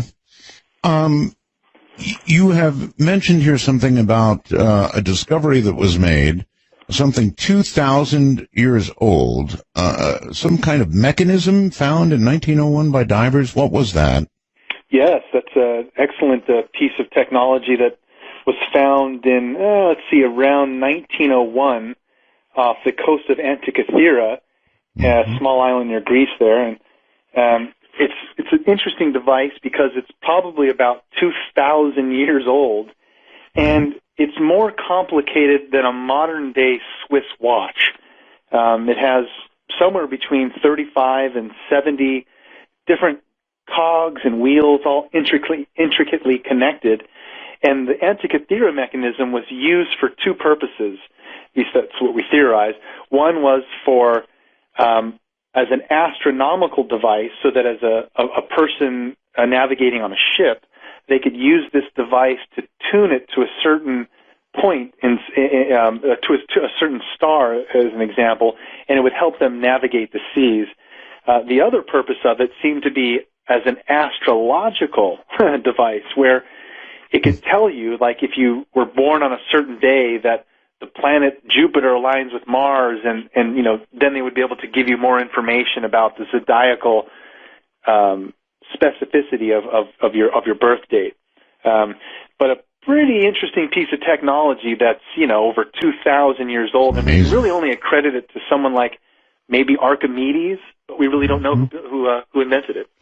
Jason, when scientists, archaeologists find something really old that they cannot explain, they have a way of sort of putting that stuff up on the shelf and just ignoring it because it doesn't fit into the paradigm that they've decided is the way things were. Yep. We've seen that in many instances of, one of the greatest examples I like through our history is references of the power of flight. You see on various continents depictions of what are mislabeled as bird or insect models that under closer scrutiny, we found one in Egypt in the tomb of an Egyptian governor, and it's labeled as a bird model, but when you look at it, it has all the intrinsic characteristics of a plane and none of the intrinsic characteristics of a bird. Same thing in South America. We found these trinkets, these gold trinkets that look like, for all intents and purposes, little jets, and they have a 90-degree tail fin, and they don't look like a bird. They're mislabeled as insect models, but I think they're actually demonstrations for power of flight. You actually have something called a Sumerian rocket, don't you? Well, I not myself, but yes, there's an actual term called a Shem, and the Sumerian descriptions explain how the gods, the Anunnaki, had these large ships where they somehow, a small piece called the Shem would detach and come down to Earth. That's how the gods descended to Earth, was on this Shem. And it looks just like a rocket capsule, just like what we would do today in a return capsule coming back to Earth, a little triangular-shaped tip. And it wasn't just the Sumerians. Now, if it was just them, it'd be like, well, that's coincidental. But various other cultures, even in India, the Buddha would be ascending or descending in something called a stupa, which, again, looks like this triangular-shaped kind of a pod. So, yeah, it's a really interesting paradox there, Art, that a lot of the mislabeled pieces of evidence have either been put on a shelf and called something inappropriate, where it's not, it's an insect instead of a plane, or they're just not able to classify what it is. Jason, if what you say is true, if these cycles come back again and again and again, wouldn't you think that we better get our space program going again quickly? I do, but for various reasons. I think the threat of us having to leave the planet because of some catastrophe is less likely. I think the idea that, as we were mentioning before the break, there's a galactic community. I think I'd be much more interested in being able to interact with beings that are not from Earth. Let me give you an example. I love my pets, and they rely on me for everything. I feed them, I give them, their house, and I give them love. Sure. And they must look at me in such awe. I'm this being that gives them everything, and playing with laptops, and I Skype them, and they're like, how does he talk to me through this thing, right? but they don't have any of them yet constructed any tall, pale Jasons?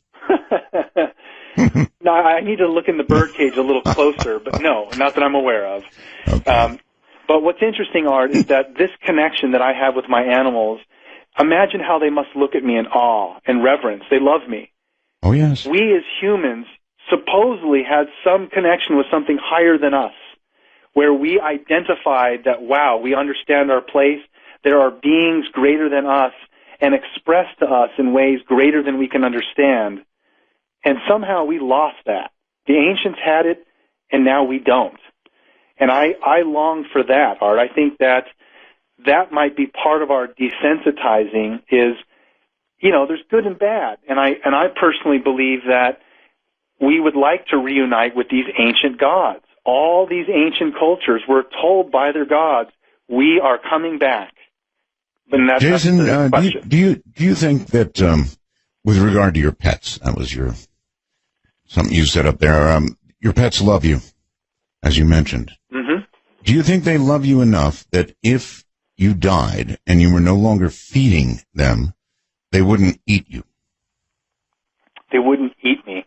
Yeah, in other words, the love that they felt for you would keep them from doing that. I think so. I mean, I wouldn't eat them. I jokingly call my birds, sometimes they smell like little chicken McNuggets, but I never eat them, I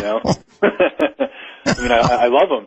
And we see this in interesting relationships with animals here on Earth where a goat and a mountain lion are friends, or a bear and a dog. That's or, true. People who have had like actual lions as pets, then release them into the wild, come back 4 years later, and the lion runs out of the crowd and tackles the owner, remembering the bond,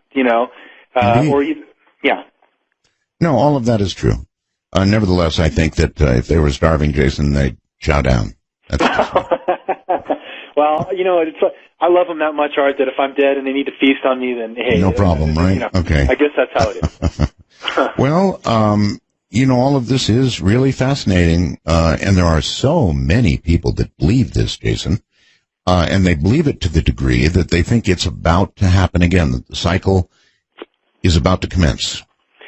Well, let's get back on this topic of the cycle, because it's a really close thing to me that it's very esoteric to convey, but I think is immensely important for your audience to grasp, especially people who are interested in the idea of a Nibiru and a Planet X. A couple of breaks ago, we started to talk about that there's 3 cycles of Earth, astronomical cycles. The first 2 we're aware of, and the third is a kicker. So the first one is we're spinning on our axis. This simple astronomical cycle of us spinning on our axis causes day and night. Now, we don't think about it, but when it gets dark, you lose consciousness and go to sleep because of an astronomical cycle, meaning that spin of day and night changing affects us. Cycle number 2 is we're going around the sun. And as we go around the sun, seasons change, winter, spring, summer, fall, animals migrate. There's a lot of things that happen simply because of us going around the sun. Well, there's a third cycle. All the ancients say that there's also another larger cycle, and we track it currently by calling it the precession of the equinox. And this cycle lasts 24,000 years. A lot larger. Yeah. But all the ancient cultures, like the Mayans, had these intricate calendars that were tracking this large cycle of time. And they very, very clearly said that just like the first 2, this third cycle has an effect on humanity.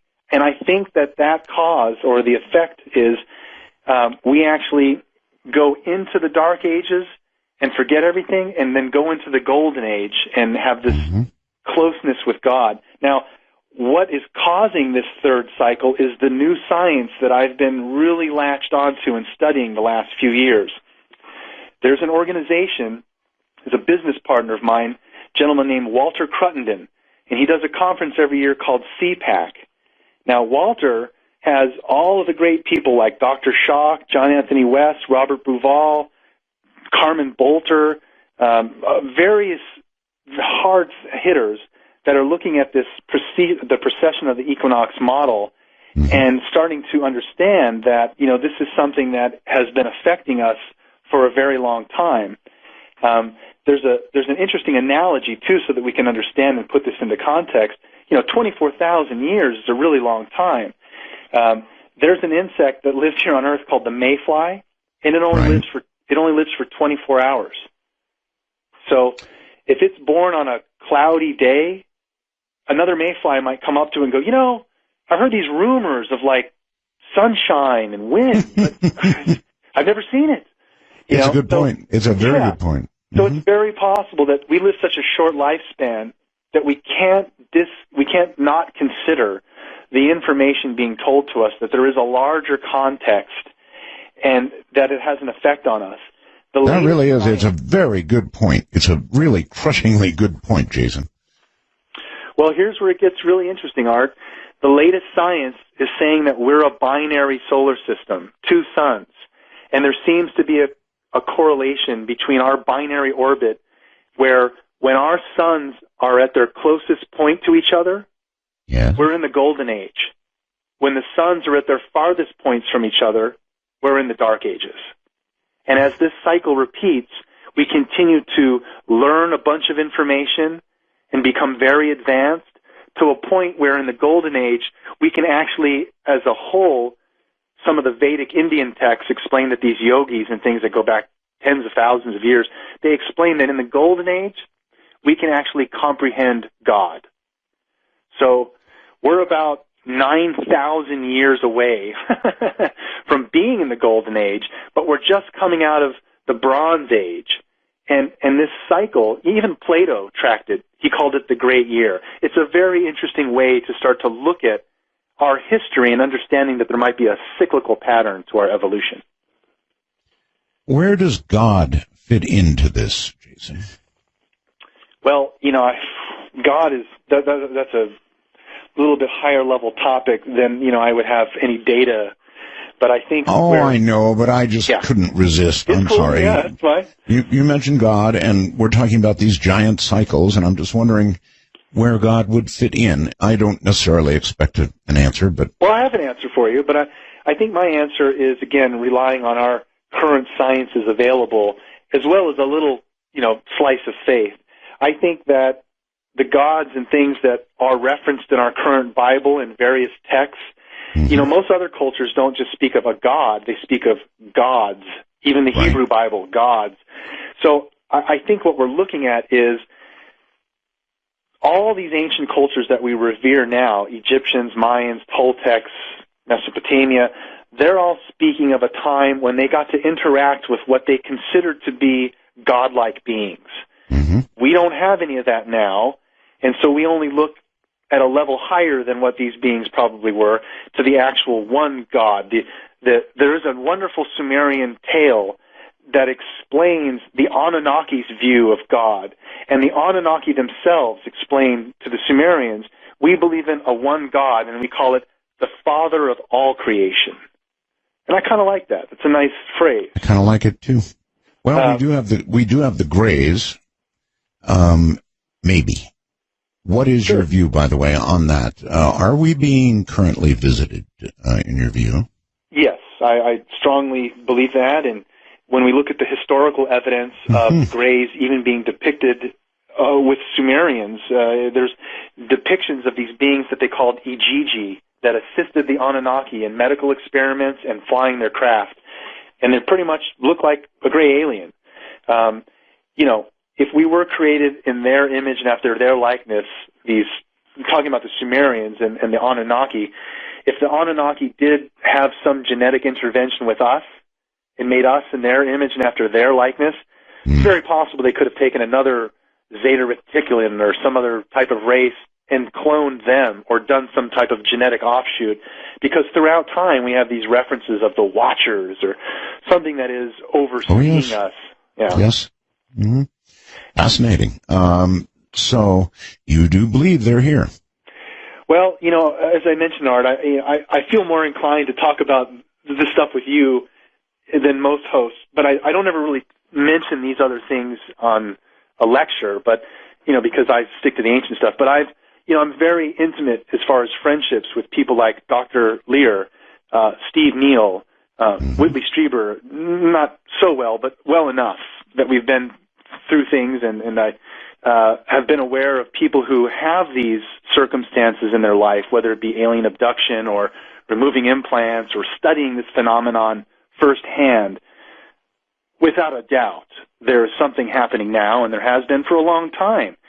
But as I mentioned, it's a little bit more difficult to get into some of these current topics without, there is a lot. Well, I guess it's reasonable to ask. I mean, do you think that they're monitoring their work?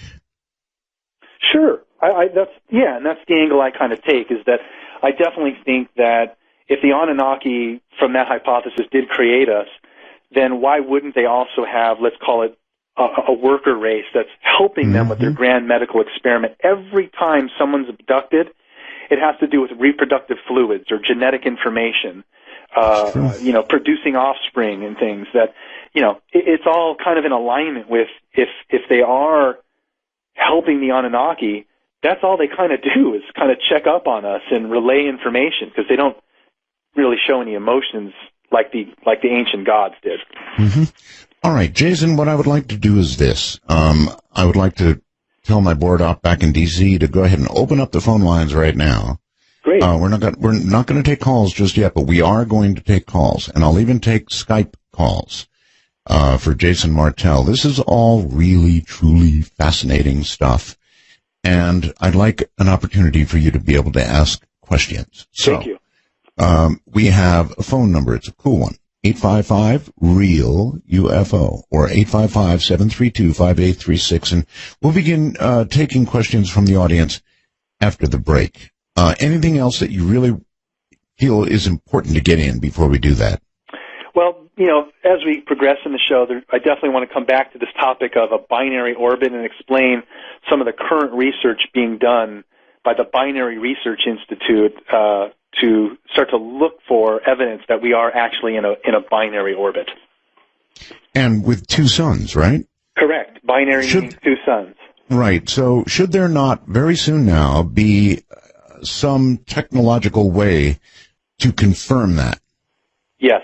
All of our space satellites, all of our advances in being able to do extrasolar detection, we're putting a lot of focus on the star system Sirius, which is actually Sirius A and B. It's two suns, but it's very likely that there are planets orbiting those suns, and many of these ancient cultures here on Earth, like the Dogons in Africa, no connection to technology, no telescopes, accurately cite that as where the gods are coming from.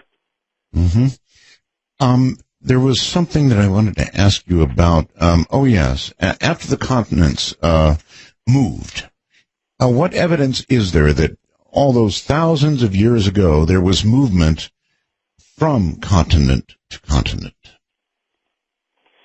Well, as far as trade routes and such, we have two ways to answer that. First, we have ancient maps that some of these go back into the 1400s all the way up into the 1800s, where there's again no conveyance of craft like a glider or a hot air balloon, and we have accurate topography of the North and South Pole, which means the landmass is accurately defined underneath a mile-thick ice. No ground-penetrating radar, no flight craft, but somehow we have these ancient maps that show our land continents correctly underneath a mile thick of ice. How did they get that information? And then there's the idea that, these continents have, at some point, were connected, because we see animals and species that have been on one continent and moved to another, as well as trade routes and things that over the thousands of years, we didn't think there was any transoceanic contact between these cultures, yet all the evidence is pointing to the fact that, yes, they were all somehow in a large global trade that we weren't aware of until now. Okay, good enough. I'll hold it right where you are. So, Jason, if you're ready, I sense that they are. Let's see what we get. Okay. You're on the air from California, Margie, with Jason. Hey, hi, Art. I'm the negative lady again. And, that's okay. Anyway, I'm finding your show so interesting tonight. I was wondering, I read like the Torah or the 5 books of Moses, and a lot of things in that talk of the Nephilim, and that the Anakites are part of the Nephilim, and they ate, supposedly, as it says, and all the people they saw were of great size, and we look like grasshoppers to ourselves, and so we must have looked to them. But also, one of the things when they had sent scouts ahead when they were out in the desert, 12 tribes, the country that we traversed and scouted is one that devours its settlers. So, you know, even in the Torah, or I don't know if that's even mentioned in the Old Testament, I was lucky enough to speak with a savant who was able to tell me, and so point blank, that the record number of things that were repeated in the Bible, blood was 447 times, chosen was 123, and the word seed was 280. It's just interesting that there's so many little clues, and I'm wondering whether the Nephilim would be coming in on the Nibiru or the All right, that's certainly a fair question. We'll take that. Jason? Well, I appreciate the call, and wow, I'm not sure if that's the Margie I know, but I do know someone named Margie in California closely, and that was a very interesting piece of information. Is the Marjorie you know normally negative? No. This one is. Okay, well. Anyway, go ahead. You know, the Nephilim coming in on Nibiru, so the word Nephilim, the fallen ones, again, we're starting to talk about more recent descriptions, which I think, here's how I would answer it. We see an overriding theme that comes out of the Sumerian Anunnaki, the number 12. Nibiru is the 12th planet, Anunnaki coming from the 12th planet in our solar system. Well, if we think about, there's the 12 Greek Olympians, the 12 tribes of Jesus, the 12 tribes of Israel, the 12 disciples of Jesus, 12 hours in a day, 12 months in a year, 12 inches in a foot. All of these references to 12 actually stem from Sumer, originally saying that their gods came from the 12th planet and created, again, based on astronomical movements, all of the things that we use today around time and measurement. So her question was, are they going to be coming with the planet? Well, I don't know. All I can say is that all the references we have for the idea of, 12 gods in this system, it's very possible that Nibiru, again, was kind of the core story of all of these references to 12 in our biblical tales of the 12 disciples of Jesus or the 12 tribes of Israel, 12 Greek Olympians. So yes, there could be some correlation to the idea that the word Nephilim is referring to, again, these ancient gods, the Anunnaki. All right. Mark in Pennsylvania. Hello. Art? Yes, sir. Sidonian Roswells. Thank you. Jason? Yes. This is your old friend, Mark the Webmaster. Yes. Hey, Mark, the face on Mars, the second face on Mars, the man who brought that to life. That's correct. As well as, you might recall, the two dolphins, which get very little coverage, but yes, just Google that, the two dolphins at Sidonia, you will find it's just like there are two faces, there are two dolphins. These are not a case of pareidolia or any other made-up term that Michael Shermer of Skeptical Society might want to come up with.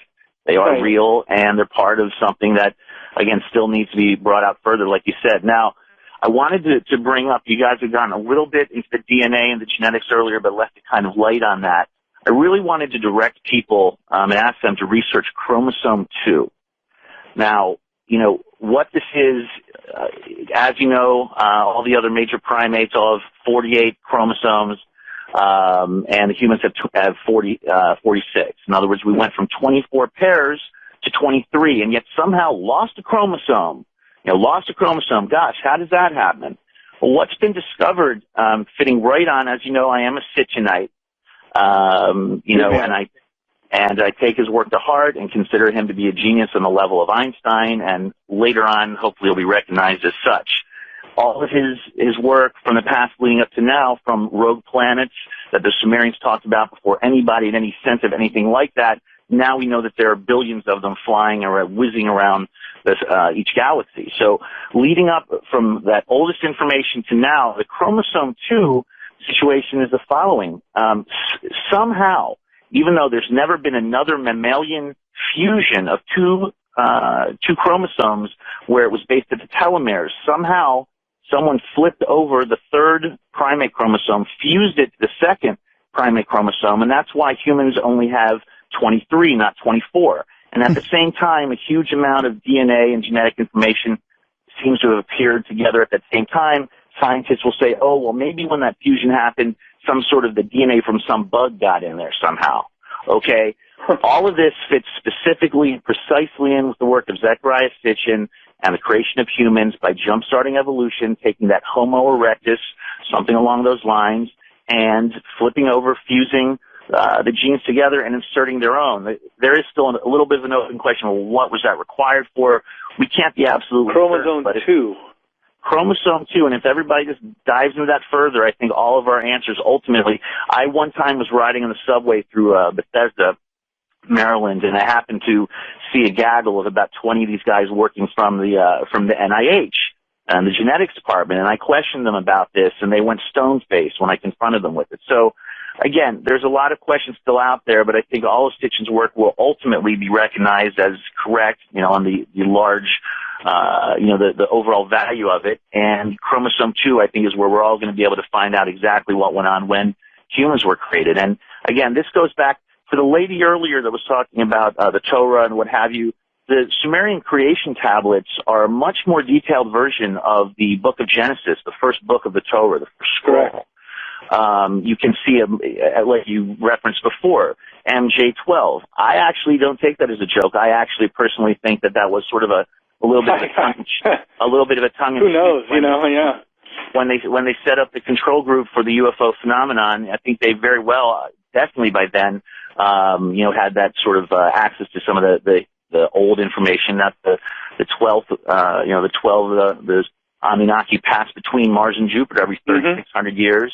And again, for the people that were wondering how does that work, when you have a 3,600-year orbit that takes it 10 times out further than Pluto, and before it comes back from below the ecliptic and then comes back from beneath and passes through the asteroid belt, clearing out those spaces like you mentioned, when that planet is out there, it's not receiving really any energy from the sun.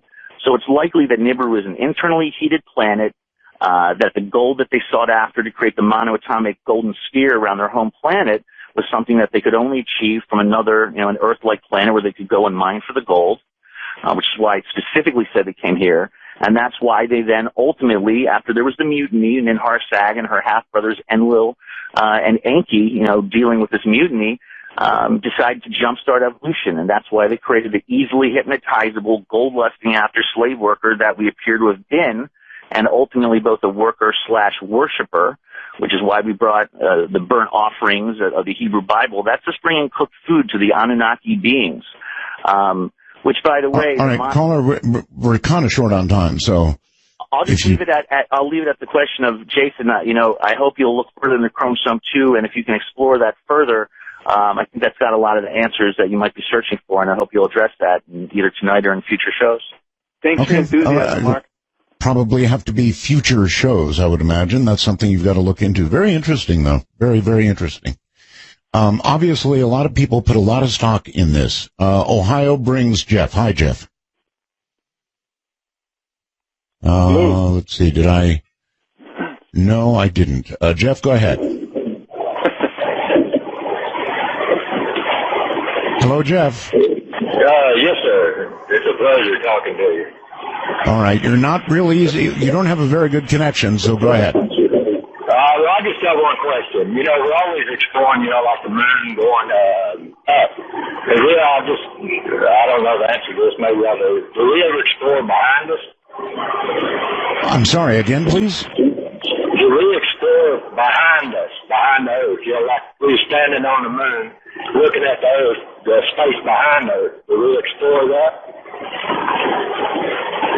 Well, I think I understand what he's saying. The best answer I could probably give for the caller there is, as an example, let's say the dark side of the moon. there are areas within our solar system that are not completely visible to us, even with our telescopes. And so if I understood the caller, hopefully, as an answer, I would say places like the dark side of the moon actually contain a whole slew of theories that come out that there's actually a civilization currently on the moon, on the dark side, that when we landed there, we were told, hey, we don't really want you here. And even some of our astronauts is being quoted, why do you send us here in tricycles when the military is here in a Ferrari? Actually, yes, I heard that very recently, that we were warned off the moon. Yeah, so, who knows? And that's obviously a whole show in itself, exploring that topic, but I do find it fascinating. So do I. David, you're on the air on Skype. Hello. Well, yeah, thank you very much. It sounds really good. Well, as well as to you, Area 51's. Good to hear your voice. I really believe that we are an expanding Earth, and I know that the fellow who came up with that proposition died, but his proposition was not only was the Earth expanding, but the whole universe is expanding. Mm-hmm. Our solar system is, and the time frame between cycles, between the visit of Nibiru, I believe is actually shortening. And I don't believe that we have 9,000 years. We're closer. Why do you think it's shortening? Because of the expansion? Well, you had that notion yourself with the quickening. We seem to see that we're advancing towards another ice age pretty quick. And we just got out of the last one. And that hadn't happened before, so I'm just suspecting. Mm-hmm. Sir, please continue. No, actually, I'd like to have your opinion on it. Okay, so one quick clarification I would like to make is that Nibiru's coming back does not coincide with our ascension into the Golden Age, which will take place around 9,000 years from now. Nibiru returning is probably going to happen around, I think it's 2190 or something like that. It's not very far away as far as Sitchin's calculations. And forgive me if I'm wrong on that exact number, but it's actually not that far off, maybe a few hundred years. But what's going to happen when this planet passes by us next, that would be hard to speculate on.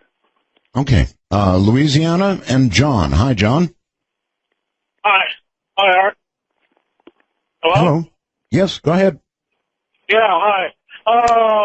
Recent listener, first-time caller, really enjoy your show. Thank you. And Jason, I really enjoy your show and the History Channel also. Sweet, thank you. Anyway, my question is, you mentioned the global power grid that the pyramids could be part of, and the Mayan, Incan, Egyptian pyramids may have been part of. Now, has anyone ever drawn lines between all these locations to see if any kind of pattern emerges? And could there be other places that haven't been found yet? Let's say, for example, could the Bermuda Triangle be kind of a focal point for that power grid? Okay. Well, it's a great question. Answer it like this. The geodetic sites like Stonehenge and Giza is actually on the exact center point of our landmass. And so many of these other sites, again, are at specific geodetic locations where it is possible that there was some type of an energy or something that they were utilizing, a world energy grid, to tap into this type of power. He asked about lines, whether... Right. The other thing to at least say there is that there is a term called ley lines, and it seems that, yes, many of these megalithic sites do fall on these ley lines, these energy, signatures that, again, we don't really understand how this functions or if there's enough energy now even to detect it. But the theory is that at some point in our past, these were all charged sites that somehow transferred energy between them. Boy, it really sounds like a lot of what you're saying is falling in line with some of what Richard Hoagland talks about when he talks about when he talks about everything, actually. A lot of what you're saying fits. 3.14, I know. Well, it does. Let's see. Texas brings John. Hi, John. Hello, Art. The Sirius is really cool. I just stopped the broadcast so I can listen to myself later. Speaking of chromosomes, my question is, are we still slaves? I mean, I guess Anunnaki came here and enslaved us, or one of the brothers apparently enslaved us. Nothing but a bunch of gold diggers. Right. And so I saw with a friend a UFO when I was young, and that wasn't a problem. And then when I got a little bit older, both of my sisters on separate occasions showed me UFOs. One out of my older sister's bedroom window at night behind the curtains. They were flying around the house, and I said, what are they here for? Or what are they doing? She said, well, they're here to protect us. The next one was my younger sister out of my bedroom window at night. And this relates, how does this relate to Jason's? Well, okay, it has to do with slavery. Okay, speaking of chromosomes, because nothing happened to me, and how did my sisters know to point out these UFOs? Well, I actually love the caller's comment and question, and I'd answer it this way. There's an excellent 12-hour miniseries by Steven Spielberg called Taken, and it shows the involvement, and even Art's obviously a playoff in there with driving around in his trailer with the genetic little girl, which I'm sure you're familiar with. But Taken is an excellent series that shows these lineages, the lineage track through an abduction channel. And who knows? But, I mean, I think something like Taken is an excellent documentary that sheds light into that type of a question. Because, to be fair, it wasn't a documentary. Okay. It was actually fiction, right? You're right. I shouldn't use... I use the word documentary loosely because they used tangible references like you. Oh, they did. Okay. And a trilateral symbol on the clothing of some of the people, and Wackenhut security. The point is, certain things in our media, and I think Taken, to answer your question, is an interesting topic into why I might be lying in bed and I would get abducted, but not my fiancée. Not that I get abducted, but my point is that sometimes it's very genetically selective. Even outside of our family unit, they might want the child rather than the mother. I don't know why, but it is a very interesting question. Okay. Montana brings Bud. Hi, Bud. Howdy. How you doing tonight? Fine. Well, I was just kind of wondering because, I'm a big fan of Art, and I'm a big fan of Jason, and I'm a big fan of the program Ancient Aliens. But I'm big. Jason talked a little earlier about how different solar systems in the universes actually get closer to each other, and that gives us an ability to fly from one to the other as aliens go. And I was wondering, because I'm into this, like I was in Alaska when Hale-Bopp went by, and it was beautiful up there. I mean, wow. Did you guys see this? Did you read Discover magazine this month with this new comet that's coming in that they discovered about... Ison, you mean? You're talking about Ison? There's another comet coming in. Are you referring to Ison? And they said it left the Oort cloud. Sir? Can you hear me? Hello. Can you hear me? Hello. Are you talking about Ison? Yep. Okay. And it's going to be here next fall. Now, these comets have a gravitational effect on Earth is when they come by.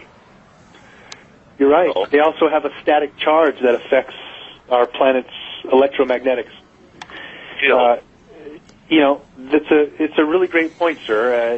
These things, have been cited many times where I'm not scared. I don't think anything's going to happen, but I do think it's interesting that now we're starting to pay attention. And because they're the kind of like the clock. Yeah, they're like the Did I lose you? No, please continue. They're like They're like that device that they found in the sea out there that was so precise. And our universe and our solar system is just like that.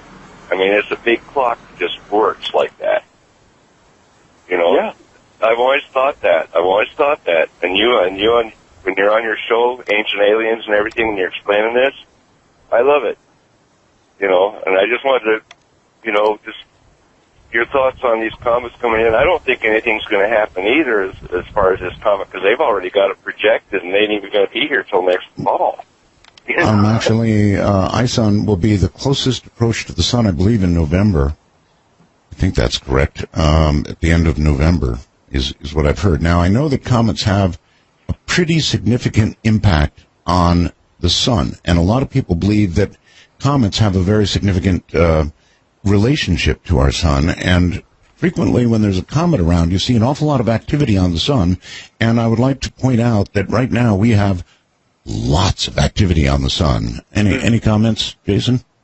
Well, I think it's very interesting that comets in ancient times were always a precursor to some event or change.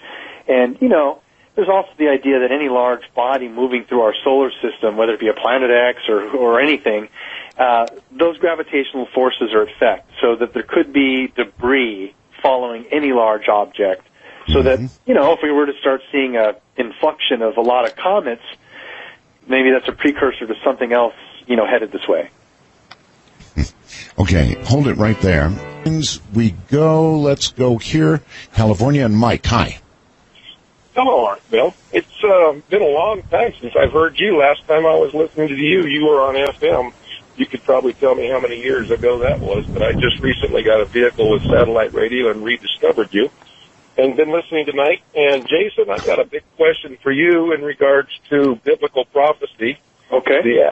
The accuracy of past biblical prophecy leading up to today and the way the world is today, and Revelation and its future biblical prophecy. Seems to me like somebody would have had to have an ability to travel through time to be as accurate as the Bible is and has been. I'm a born-again Christian, and I definitely believe that God created everything, the heavens and the earth, and that He is outside of time. And there you go, Jason. He caused this Bible to be written for us, basic instruction before leaving Earth. And I just wondered what your take on the future biblical prophecy about Jesus' return and the way that the world is going today is to me, it seems like it's very, very accurately predicted in the Bible. Yeah. And I'll let you answer that, and I'll listen on the air. Thank you. I think that Jason's, I'm going to say something. I think that Jason's take on things is not in opposition to the Bible, but rather he thinks that the Bible documents along with what he believes to be the way things happen. Right, Jason? Thank you, Art. Yes, I very much so, from the beginning of my interest, am trying to uphold the biblical veracity. Very much so. And that's where it started to get very interesting to me when I, find out about these things like the Anunnaki and the Sumerians. So, as far as the Bible being accurate and things coming in the future, I, too, as a young Christian, found things very interesting when I started to get a foothold into the field of ufology and just kind of tangentially noticed that things happening in the Middle East are escalating and have been. And I don't really know what any of that means from the biblical angle because, we're in a state of exponentially, speeding up. You're quickening, but I don't think that's necessarily a bad thing. So the biblical prophecy of the future is very hard to predict. But what I do is give analogies that hopefully shed light into, reality. Let's just say all of a sudden, over Wilshire Boulevard in Beverly Hills, these clouds emerge and this bright light spewing out of the clouds, and all of a sudden Jesus, a figure that looks like Jesus in white robes, is descending into the middle of the street. what would happen, right? People would freak out. And then our sciences would take over. We'd want to test the atmosphere around Jesus, the gas that he's ascending on. How's it holding him up? His cloth material, what is it made of, right? We would take that approach. We would want to use our sciences to go, I'm blinking twice, what's going on? Right. Nothing like that ever publicly happens or has in our lifetime. Now, all the ancients recorded these amazing events like that, so it's a very hard question to answer what's going to happen in the future. And the mention of time travel is the last piece I'd like to comment on. Philip Corso Jr., his book, and the understanding that we've been taking the Roswell craft back in time over and over and making it easier for us to reverse engineer. It's a whole other topic that we couldn't even cover tonight, but I'm a firm believer in the idea that we must be using some type of time travel. There's never been an alien invasion. There's never been a nuclear weapon detonated. And I don't think there will be if we had the ability to foresee these events and then change the parameters so that they don't come to light. Okay, so you think time travel is a reality and in use constantly? I unfortunately do, but I don't fully comprehend it. Yeah. On Skype, Jim, you're on the air. Hi, Art. Hi. There's a little bit of delay, so my timing's a little bit off. Well, just turn your radio off and not to worry. You got it. Yeah. I have been noticing many discussions over the last 20 years about Sitchins and the Anunnaki, and one of the things that really intrigues me is the possibility. There's a quotation: the Anuna, the gods, whom An conceived in the sky. And, I've always conceived of a visiting civilization, inhabiting a planet or a really huge, orbiting object of some sort. And I wonder how much thought the gentlemen have put into that concept of visiting gods on a planetary object. Quite a bit, apparently. Jason? Right. Well, if I understood the question, the idea that we've had gods visiting us and they're coming from, a spaceship / planet. Nibiru has been in question ever since the idea that there is a Nibiru, a planet that we potentially have ancient gods that live on. Is Nibiru a spaceship? Is it a planet? All the evidence points to the fact that it's an actual planet based on the descriptions by the Anunnaki given directly to a human being and written down. Nibiru is a very mountainous planet. It has very high mountain peaks and very low oceans. How do we know this? Well, we don't. We only have the descriptions of what the Anunnaki told the Sumerian scribe with a priest present, and they wrote it down as sacred information. Okay.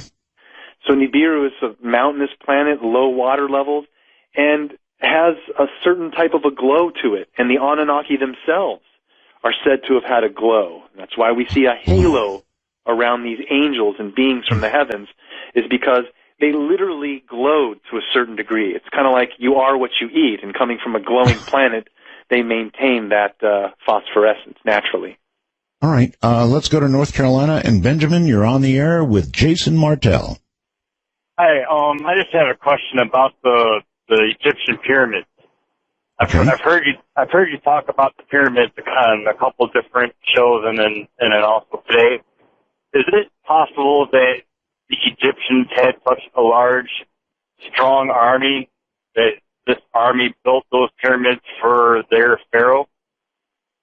Or is it well, that certainly would be the story. If you ask an Egyptian antiquities person, they would absolutely tell you that, yes, that is how it occurred. A lot of slave labor, the army, yes, like that. But if you talk to engineers and you talk to scientists, they will talk about the impossibility of, and frankly, in modern times, they've tried to duplicate the pyramids with no luck at all. They'd have to move like a stone every 2 minutes or something, 24 hours a day, not even counting the 7,000 tons of several, trilithiton blocks that are put into place. Right. Does that help you? I mean, I guess I've been kind of curious as to know how the Egyptian pyramids were put there also. Yeah, so are we. Thank you very much. Your best guess, Jason, about how the pyramids got there? My best guess is that there was a lost culture here that could have been human or a hybrid. It's a reference to those beings I mentioned earlier that we see at Bata Valley in Indonesia, or the Moai heads in Rapa Nui, or the beings depicted at Göbekli Tepe. Right. These slender beings with the arms folded at the waist. It seems to be that there is a lost race or civilization that they were the ones that were doing all the vitrification of stone and building all these monuments accurately and perfectly. And then all the cultures that we now know of have retained that information as best they could. All right, to Canada, way up north, and Doug. Hi, Doug. Hello, Doug. Hey, how you doing tonight? Okay. Hey, Art. Hey, James. How you doing? The question I had was, how come most of them, I'm not sure, but Caucasians all have 2 chromosomes less than the Aboriginals over in Australia? Boy, I'd unfortunately have to bow out on that question and would just be giving you, information that I couldn't exactly relate to that exact question. So, okay, because that was my question. I just want to know because I was reading on the internet that the Aboriginals have 2 more chromosomes than the Caucasians. Gee, I wasn't aware of that. That's worth pursuing in terms of just knowledge. I'd like to know myself. Yeah. I thank you. And I know a caller earlier, my friend Mark, who, brought up chromosome 2.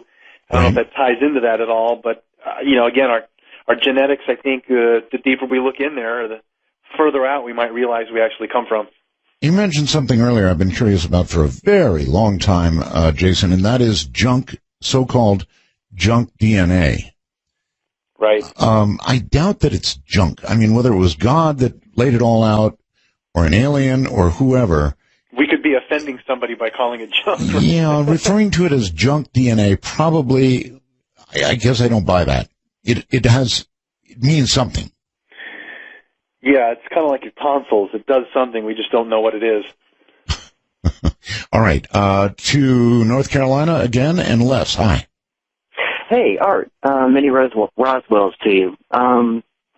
Jason, according to your the best math available, where would Planet X be coming from? And I'll take my answer off the air. Thank you guys. That's a really, really, really good question. If you were going to look in a direction, Jason, and you were directing a telescope to keep an eye out, where would you tell them to look?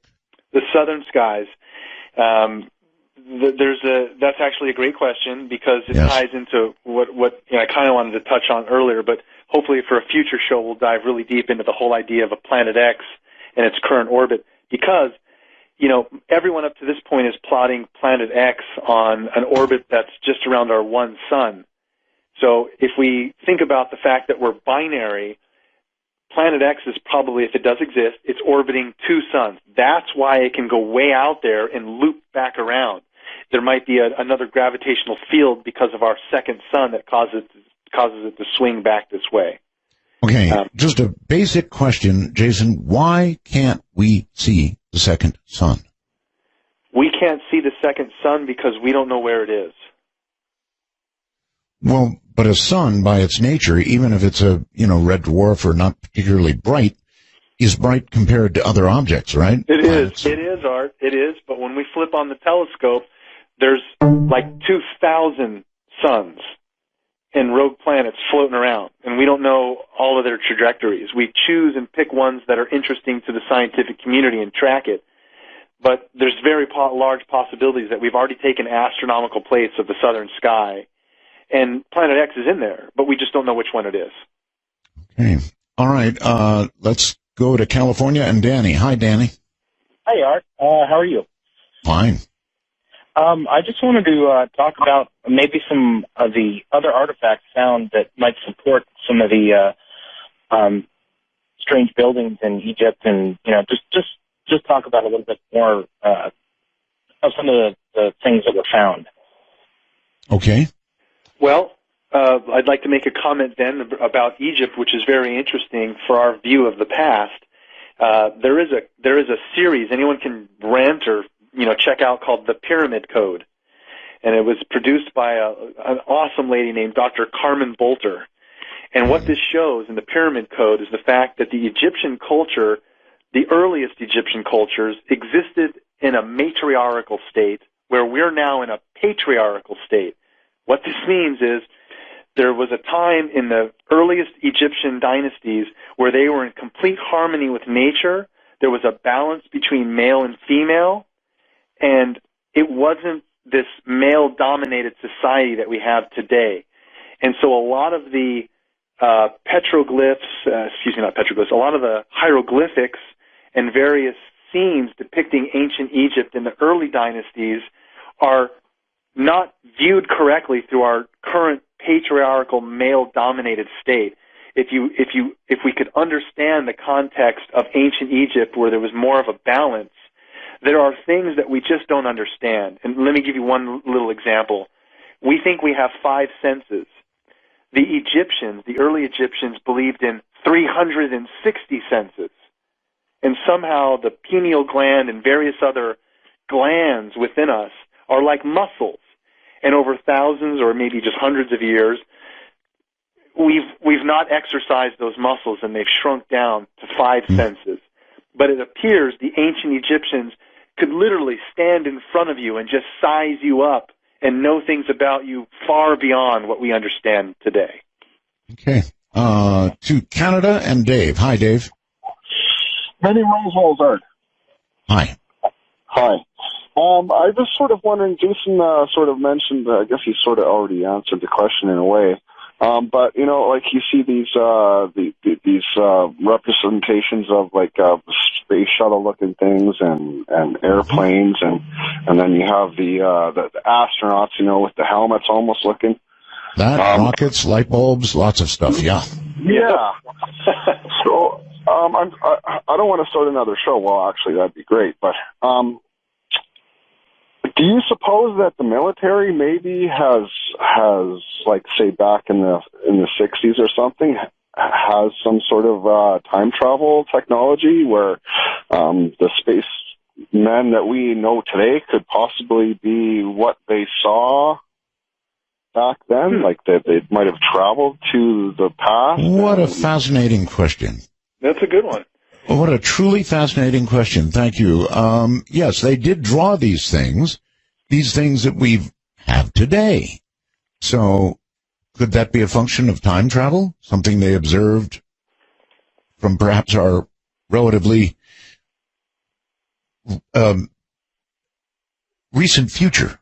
Yeah. In other words, by the time we create time travel, some of these things would be seen back then because we caused it to occur. Jason? Well, a lot of the theories, too, around some of the descriptions of, the grays, as an example, it's some people hypothesize that on our evolutionary track of going into space, we'd use less of our limbs and more of our cerebral, and so we might actually evolve into a state of looking like a gray. And so that's why they're coming back and messing with us, is because that's us in the future, just thousands and thousands of years evolved into a space race. Not sure about that. But I do think it's an interesting idea to look at it from the idea that, yes, time travel, I do believe, is something that we have access to now. So why wouldn't we have also gone back into the past and flown around and done stuff? And yeah, if that's the case, it makes sense that ancient man very accurately was depicting us using conveyances of flight with some type of time travel device slapped on the wing or something, Could be. Brandon in Canada. Hello? Brandon, hello.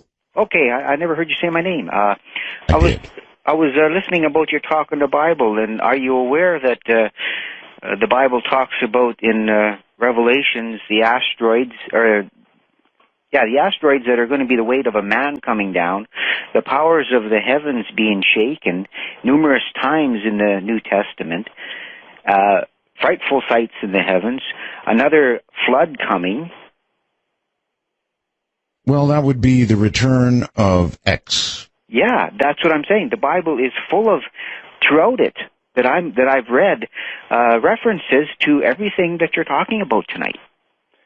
Right. Well, the book of Revelations, wormwood, Armageddon, there are various biblical terms that, yes, seem to tie into other cultures and even earlier versions of the tale. But as we get more clarity into the topic of Armageddon, I still, for me personally, don't fear or think that it's coming on its way, simply because of all the evidence that we're finding scientifically, like this larger cycle of time that lasts 24,000 years, and the ancients, like the Mayans and various other cultures, tracked it. We're only here for a speck of time, and I don't want to be too hubristic to think that within 100 years it's all going to go down. Okay. Illinois, Lauren, hello. Hey, how's it going, Art? Fine. I was wondering if Jason thought ISON and Planet X had some sort of connection. ISON and Planet X? Yes, I think it's interesting that a lot of comets have a very similar elongated orbit, similar to what Planet X's orbit is, where it extends beyond our solar system and possibly passes through the Oort cloud, which is essentially another asteroid belt just billions of miles out there. So, whether it's Planet X or a comet, there could be, and there's science behind this, the term nemesis, someone can Google it, but there's research to show that the asteroid belt that's out there, the Oort cloud, could be maybe Planet X, or comets somehow dislodge debris from there and periodically bring them towards us. And that's possibly what could have killed the dinosaurs. Does the fact that ISON is now becoming visible and becoming close and will make a close pass to our sun, does that mean that X may be close? I think if we see an influx of more solar activity of objects and debris coming into the inner solar system, yes, I think that should raise a concern. Because, if there is a large planet, it's going to have a lot of debris and comets that get stuck into its gravitational pull in front of it and behind it.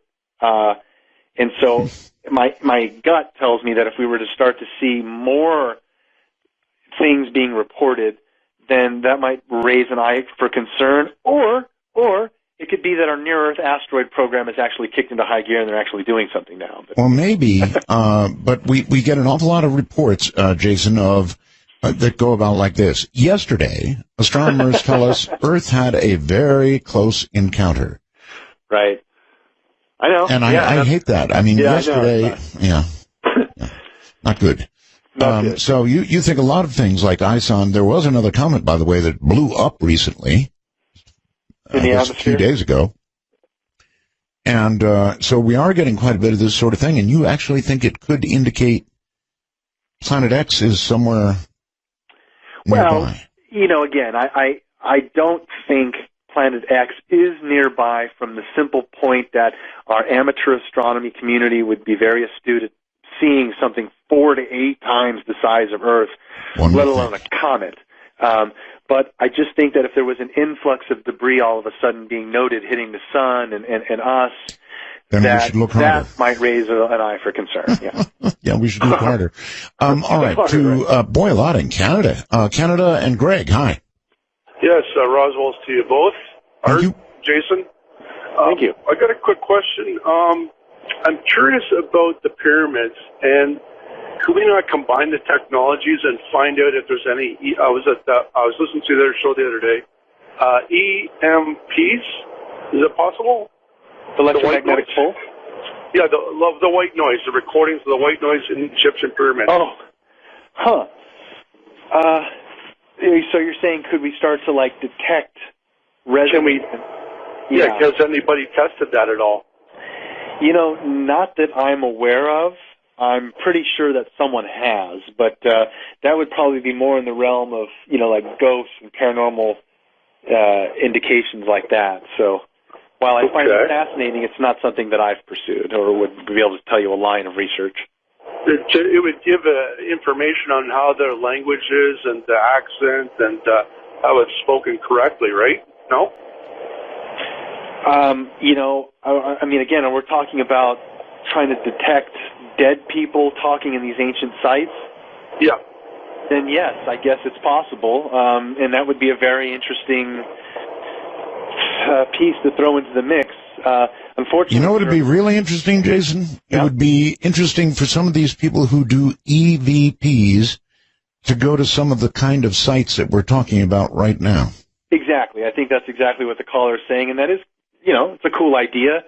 But I'd have to throw out there that for me personally, it falls into the line of evidence like channeling aliens or psychic abilities. Unless I have, with our current sciences, a way to test it, I can't do anything with it other than find it fascinating.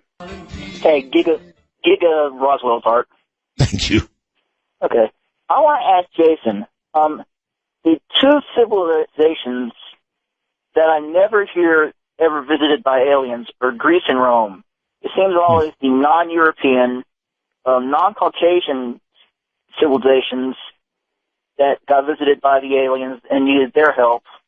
And not the Greeks and Romans, even though their architecture is massively more advanced than anything the Egyptians or the Aztecs had, and they had things like the arch, which are massively more advanced than the pyramids.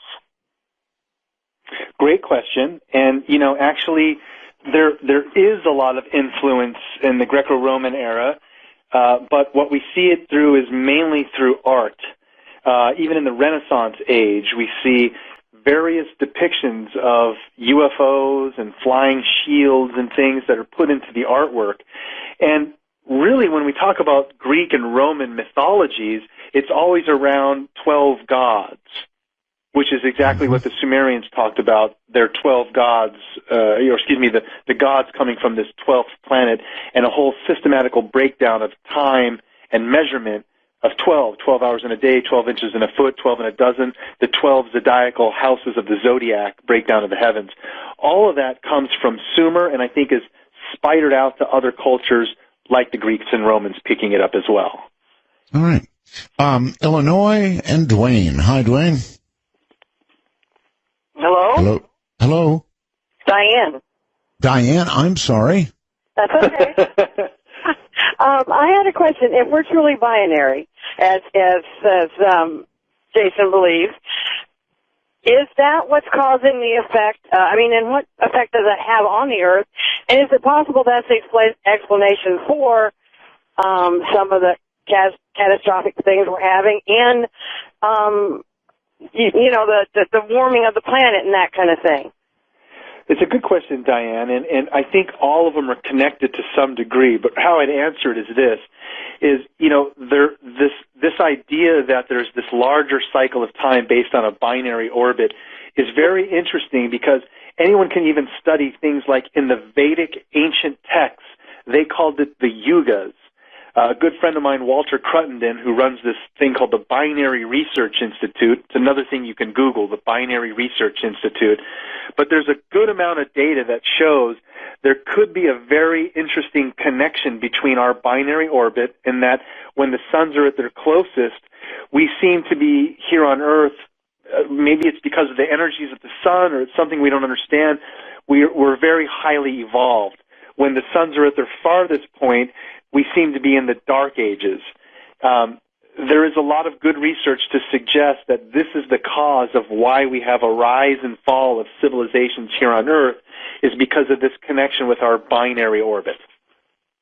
Okay, like I said, I was just wondering if this is, how they're saying global warming and all this. Could that be explained? Because how the moon affects tides, could the sun also affect the Earth in other ways? You understand what I'm asking? I think I understand what you're saying, and there's a lot of people out there that look at like spots on various planets and see like an upwelling of energy and think that there's a connection, or various planets are heating up. I don't know what that could be, other than maybe it's because our suns possibly are they're on their way being closer together, and there's this buildup of energy that's already starting to take place, and it's going to continue to expedite itself over the next few thousand years. All right. Gene in Pennsylvania, you're on the air. Hey, I was just wondering, what was your take on star seeds and, their whole ploy to be sent here to help the humanity transition into the new age?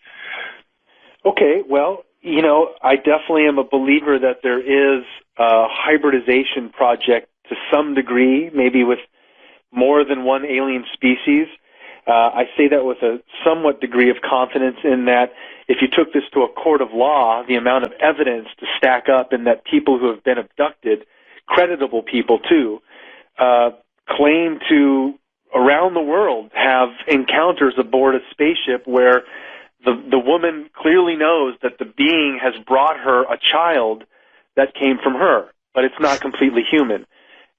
Over and over, there seems to be some type of intervention with us and alien species to interbreed us. Who knows for why? I couldn't even tell you. Okay. Ron in Colorado, you're on the air with Jason Martell. Hi, Art. It's great to hear your voice again after all these years. Thank you. You're welcome. My question is, whatever happened to Hale-Bopp? I know it came through. I watched it in the summer of '97, just as clear as a bell with the two wings, and it did bear a striking resemblance to the glyph of Nibiru that was in Sitchin's books, and I read them all. And I just wondered whatever happened to that planet. Where did it go? I mean, we should have seen it on its return. Yeah, the comet. We should have seen it return on its return. I think it's got a longer return time than that, I believe. Right. Jason, do you... Yeah, I think, sir. Again, I'm not accurate, but I would say that Hale-Bopp's comet was similar to Nibiru in that it was very elongated, and it's probably not going to come around into the inner part of our solar system for a very long time. Let's say it's on a 3,600-year comparable orbit to Nibiru. Wow. You know, it might not be around for a long time, but I can't be extremely accurate to tell you exactly when that would be. But I know it has an elongated orbit, so it's probably going quite a distance out before it'll return. All right. Jesse in Utah. Hi there. Hey, how's it going, Art? Just fine. I was just curious. The Bible, a lot of stories in the Bible, they seem like fantasy, but when you add in sir, hold it. Turn your radio off, please. Sorry about that. When you add in the fact of extraterrestrial beings, the stories make a lot more sense. I was just curious if maybe chance is they just left out, aliens basically out of the Bible. Well, sir, I think it's just a different slant on the term alien or angel all throughout the Bible. Ezekiel seeing wheels within wheels, Elijah being taken up to heaven in a whirlwind, Moses on the mountain having this interaction with a burning bush and this energy source up there. I think what it is just a different interpretation of what we would today call alien. Back then, they simply used the term God. But I think this is all a factual case of what took place in the past, but they didn't understand a spaceship or a space shuttle, so they gave references to things around them, like a burning bush or a chariot in the sky. Okay, very quickly, Ron in Canada. Hi, it's a privilege to talk to you, Art, and thank you. Years ago, my wife and I went to Chichen Itza, and before they closed the pyramid, and I climbed to the top of Chichen Itza and spent about, 45 minutes up there just observing the landscape and getting the feel of what it was like up there. And you couldn't help but feel and wonder what really went on there. Like, they had an observatory there, and on the top of the pyramid, there's the little tomb or the small room that was up there that was really insignificant to anybody who really didn't know much about Chichen Itza and the pyramid there and stuff. So I'm just all right, well, we'll have to hold it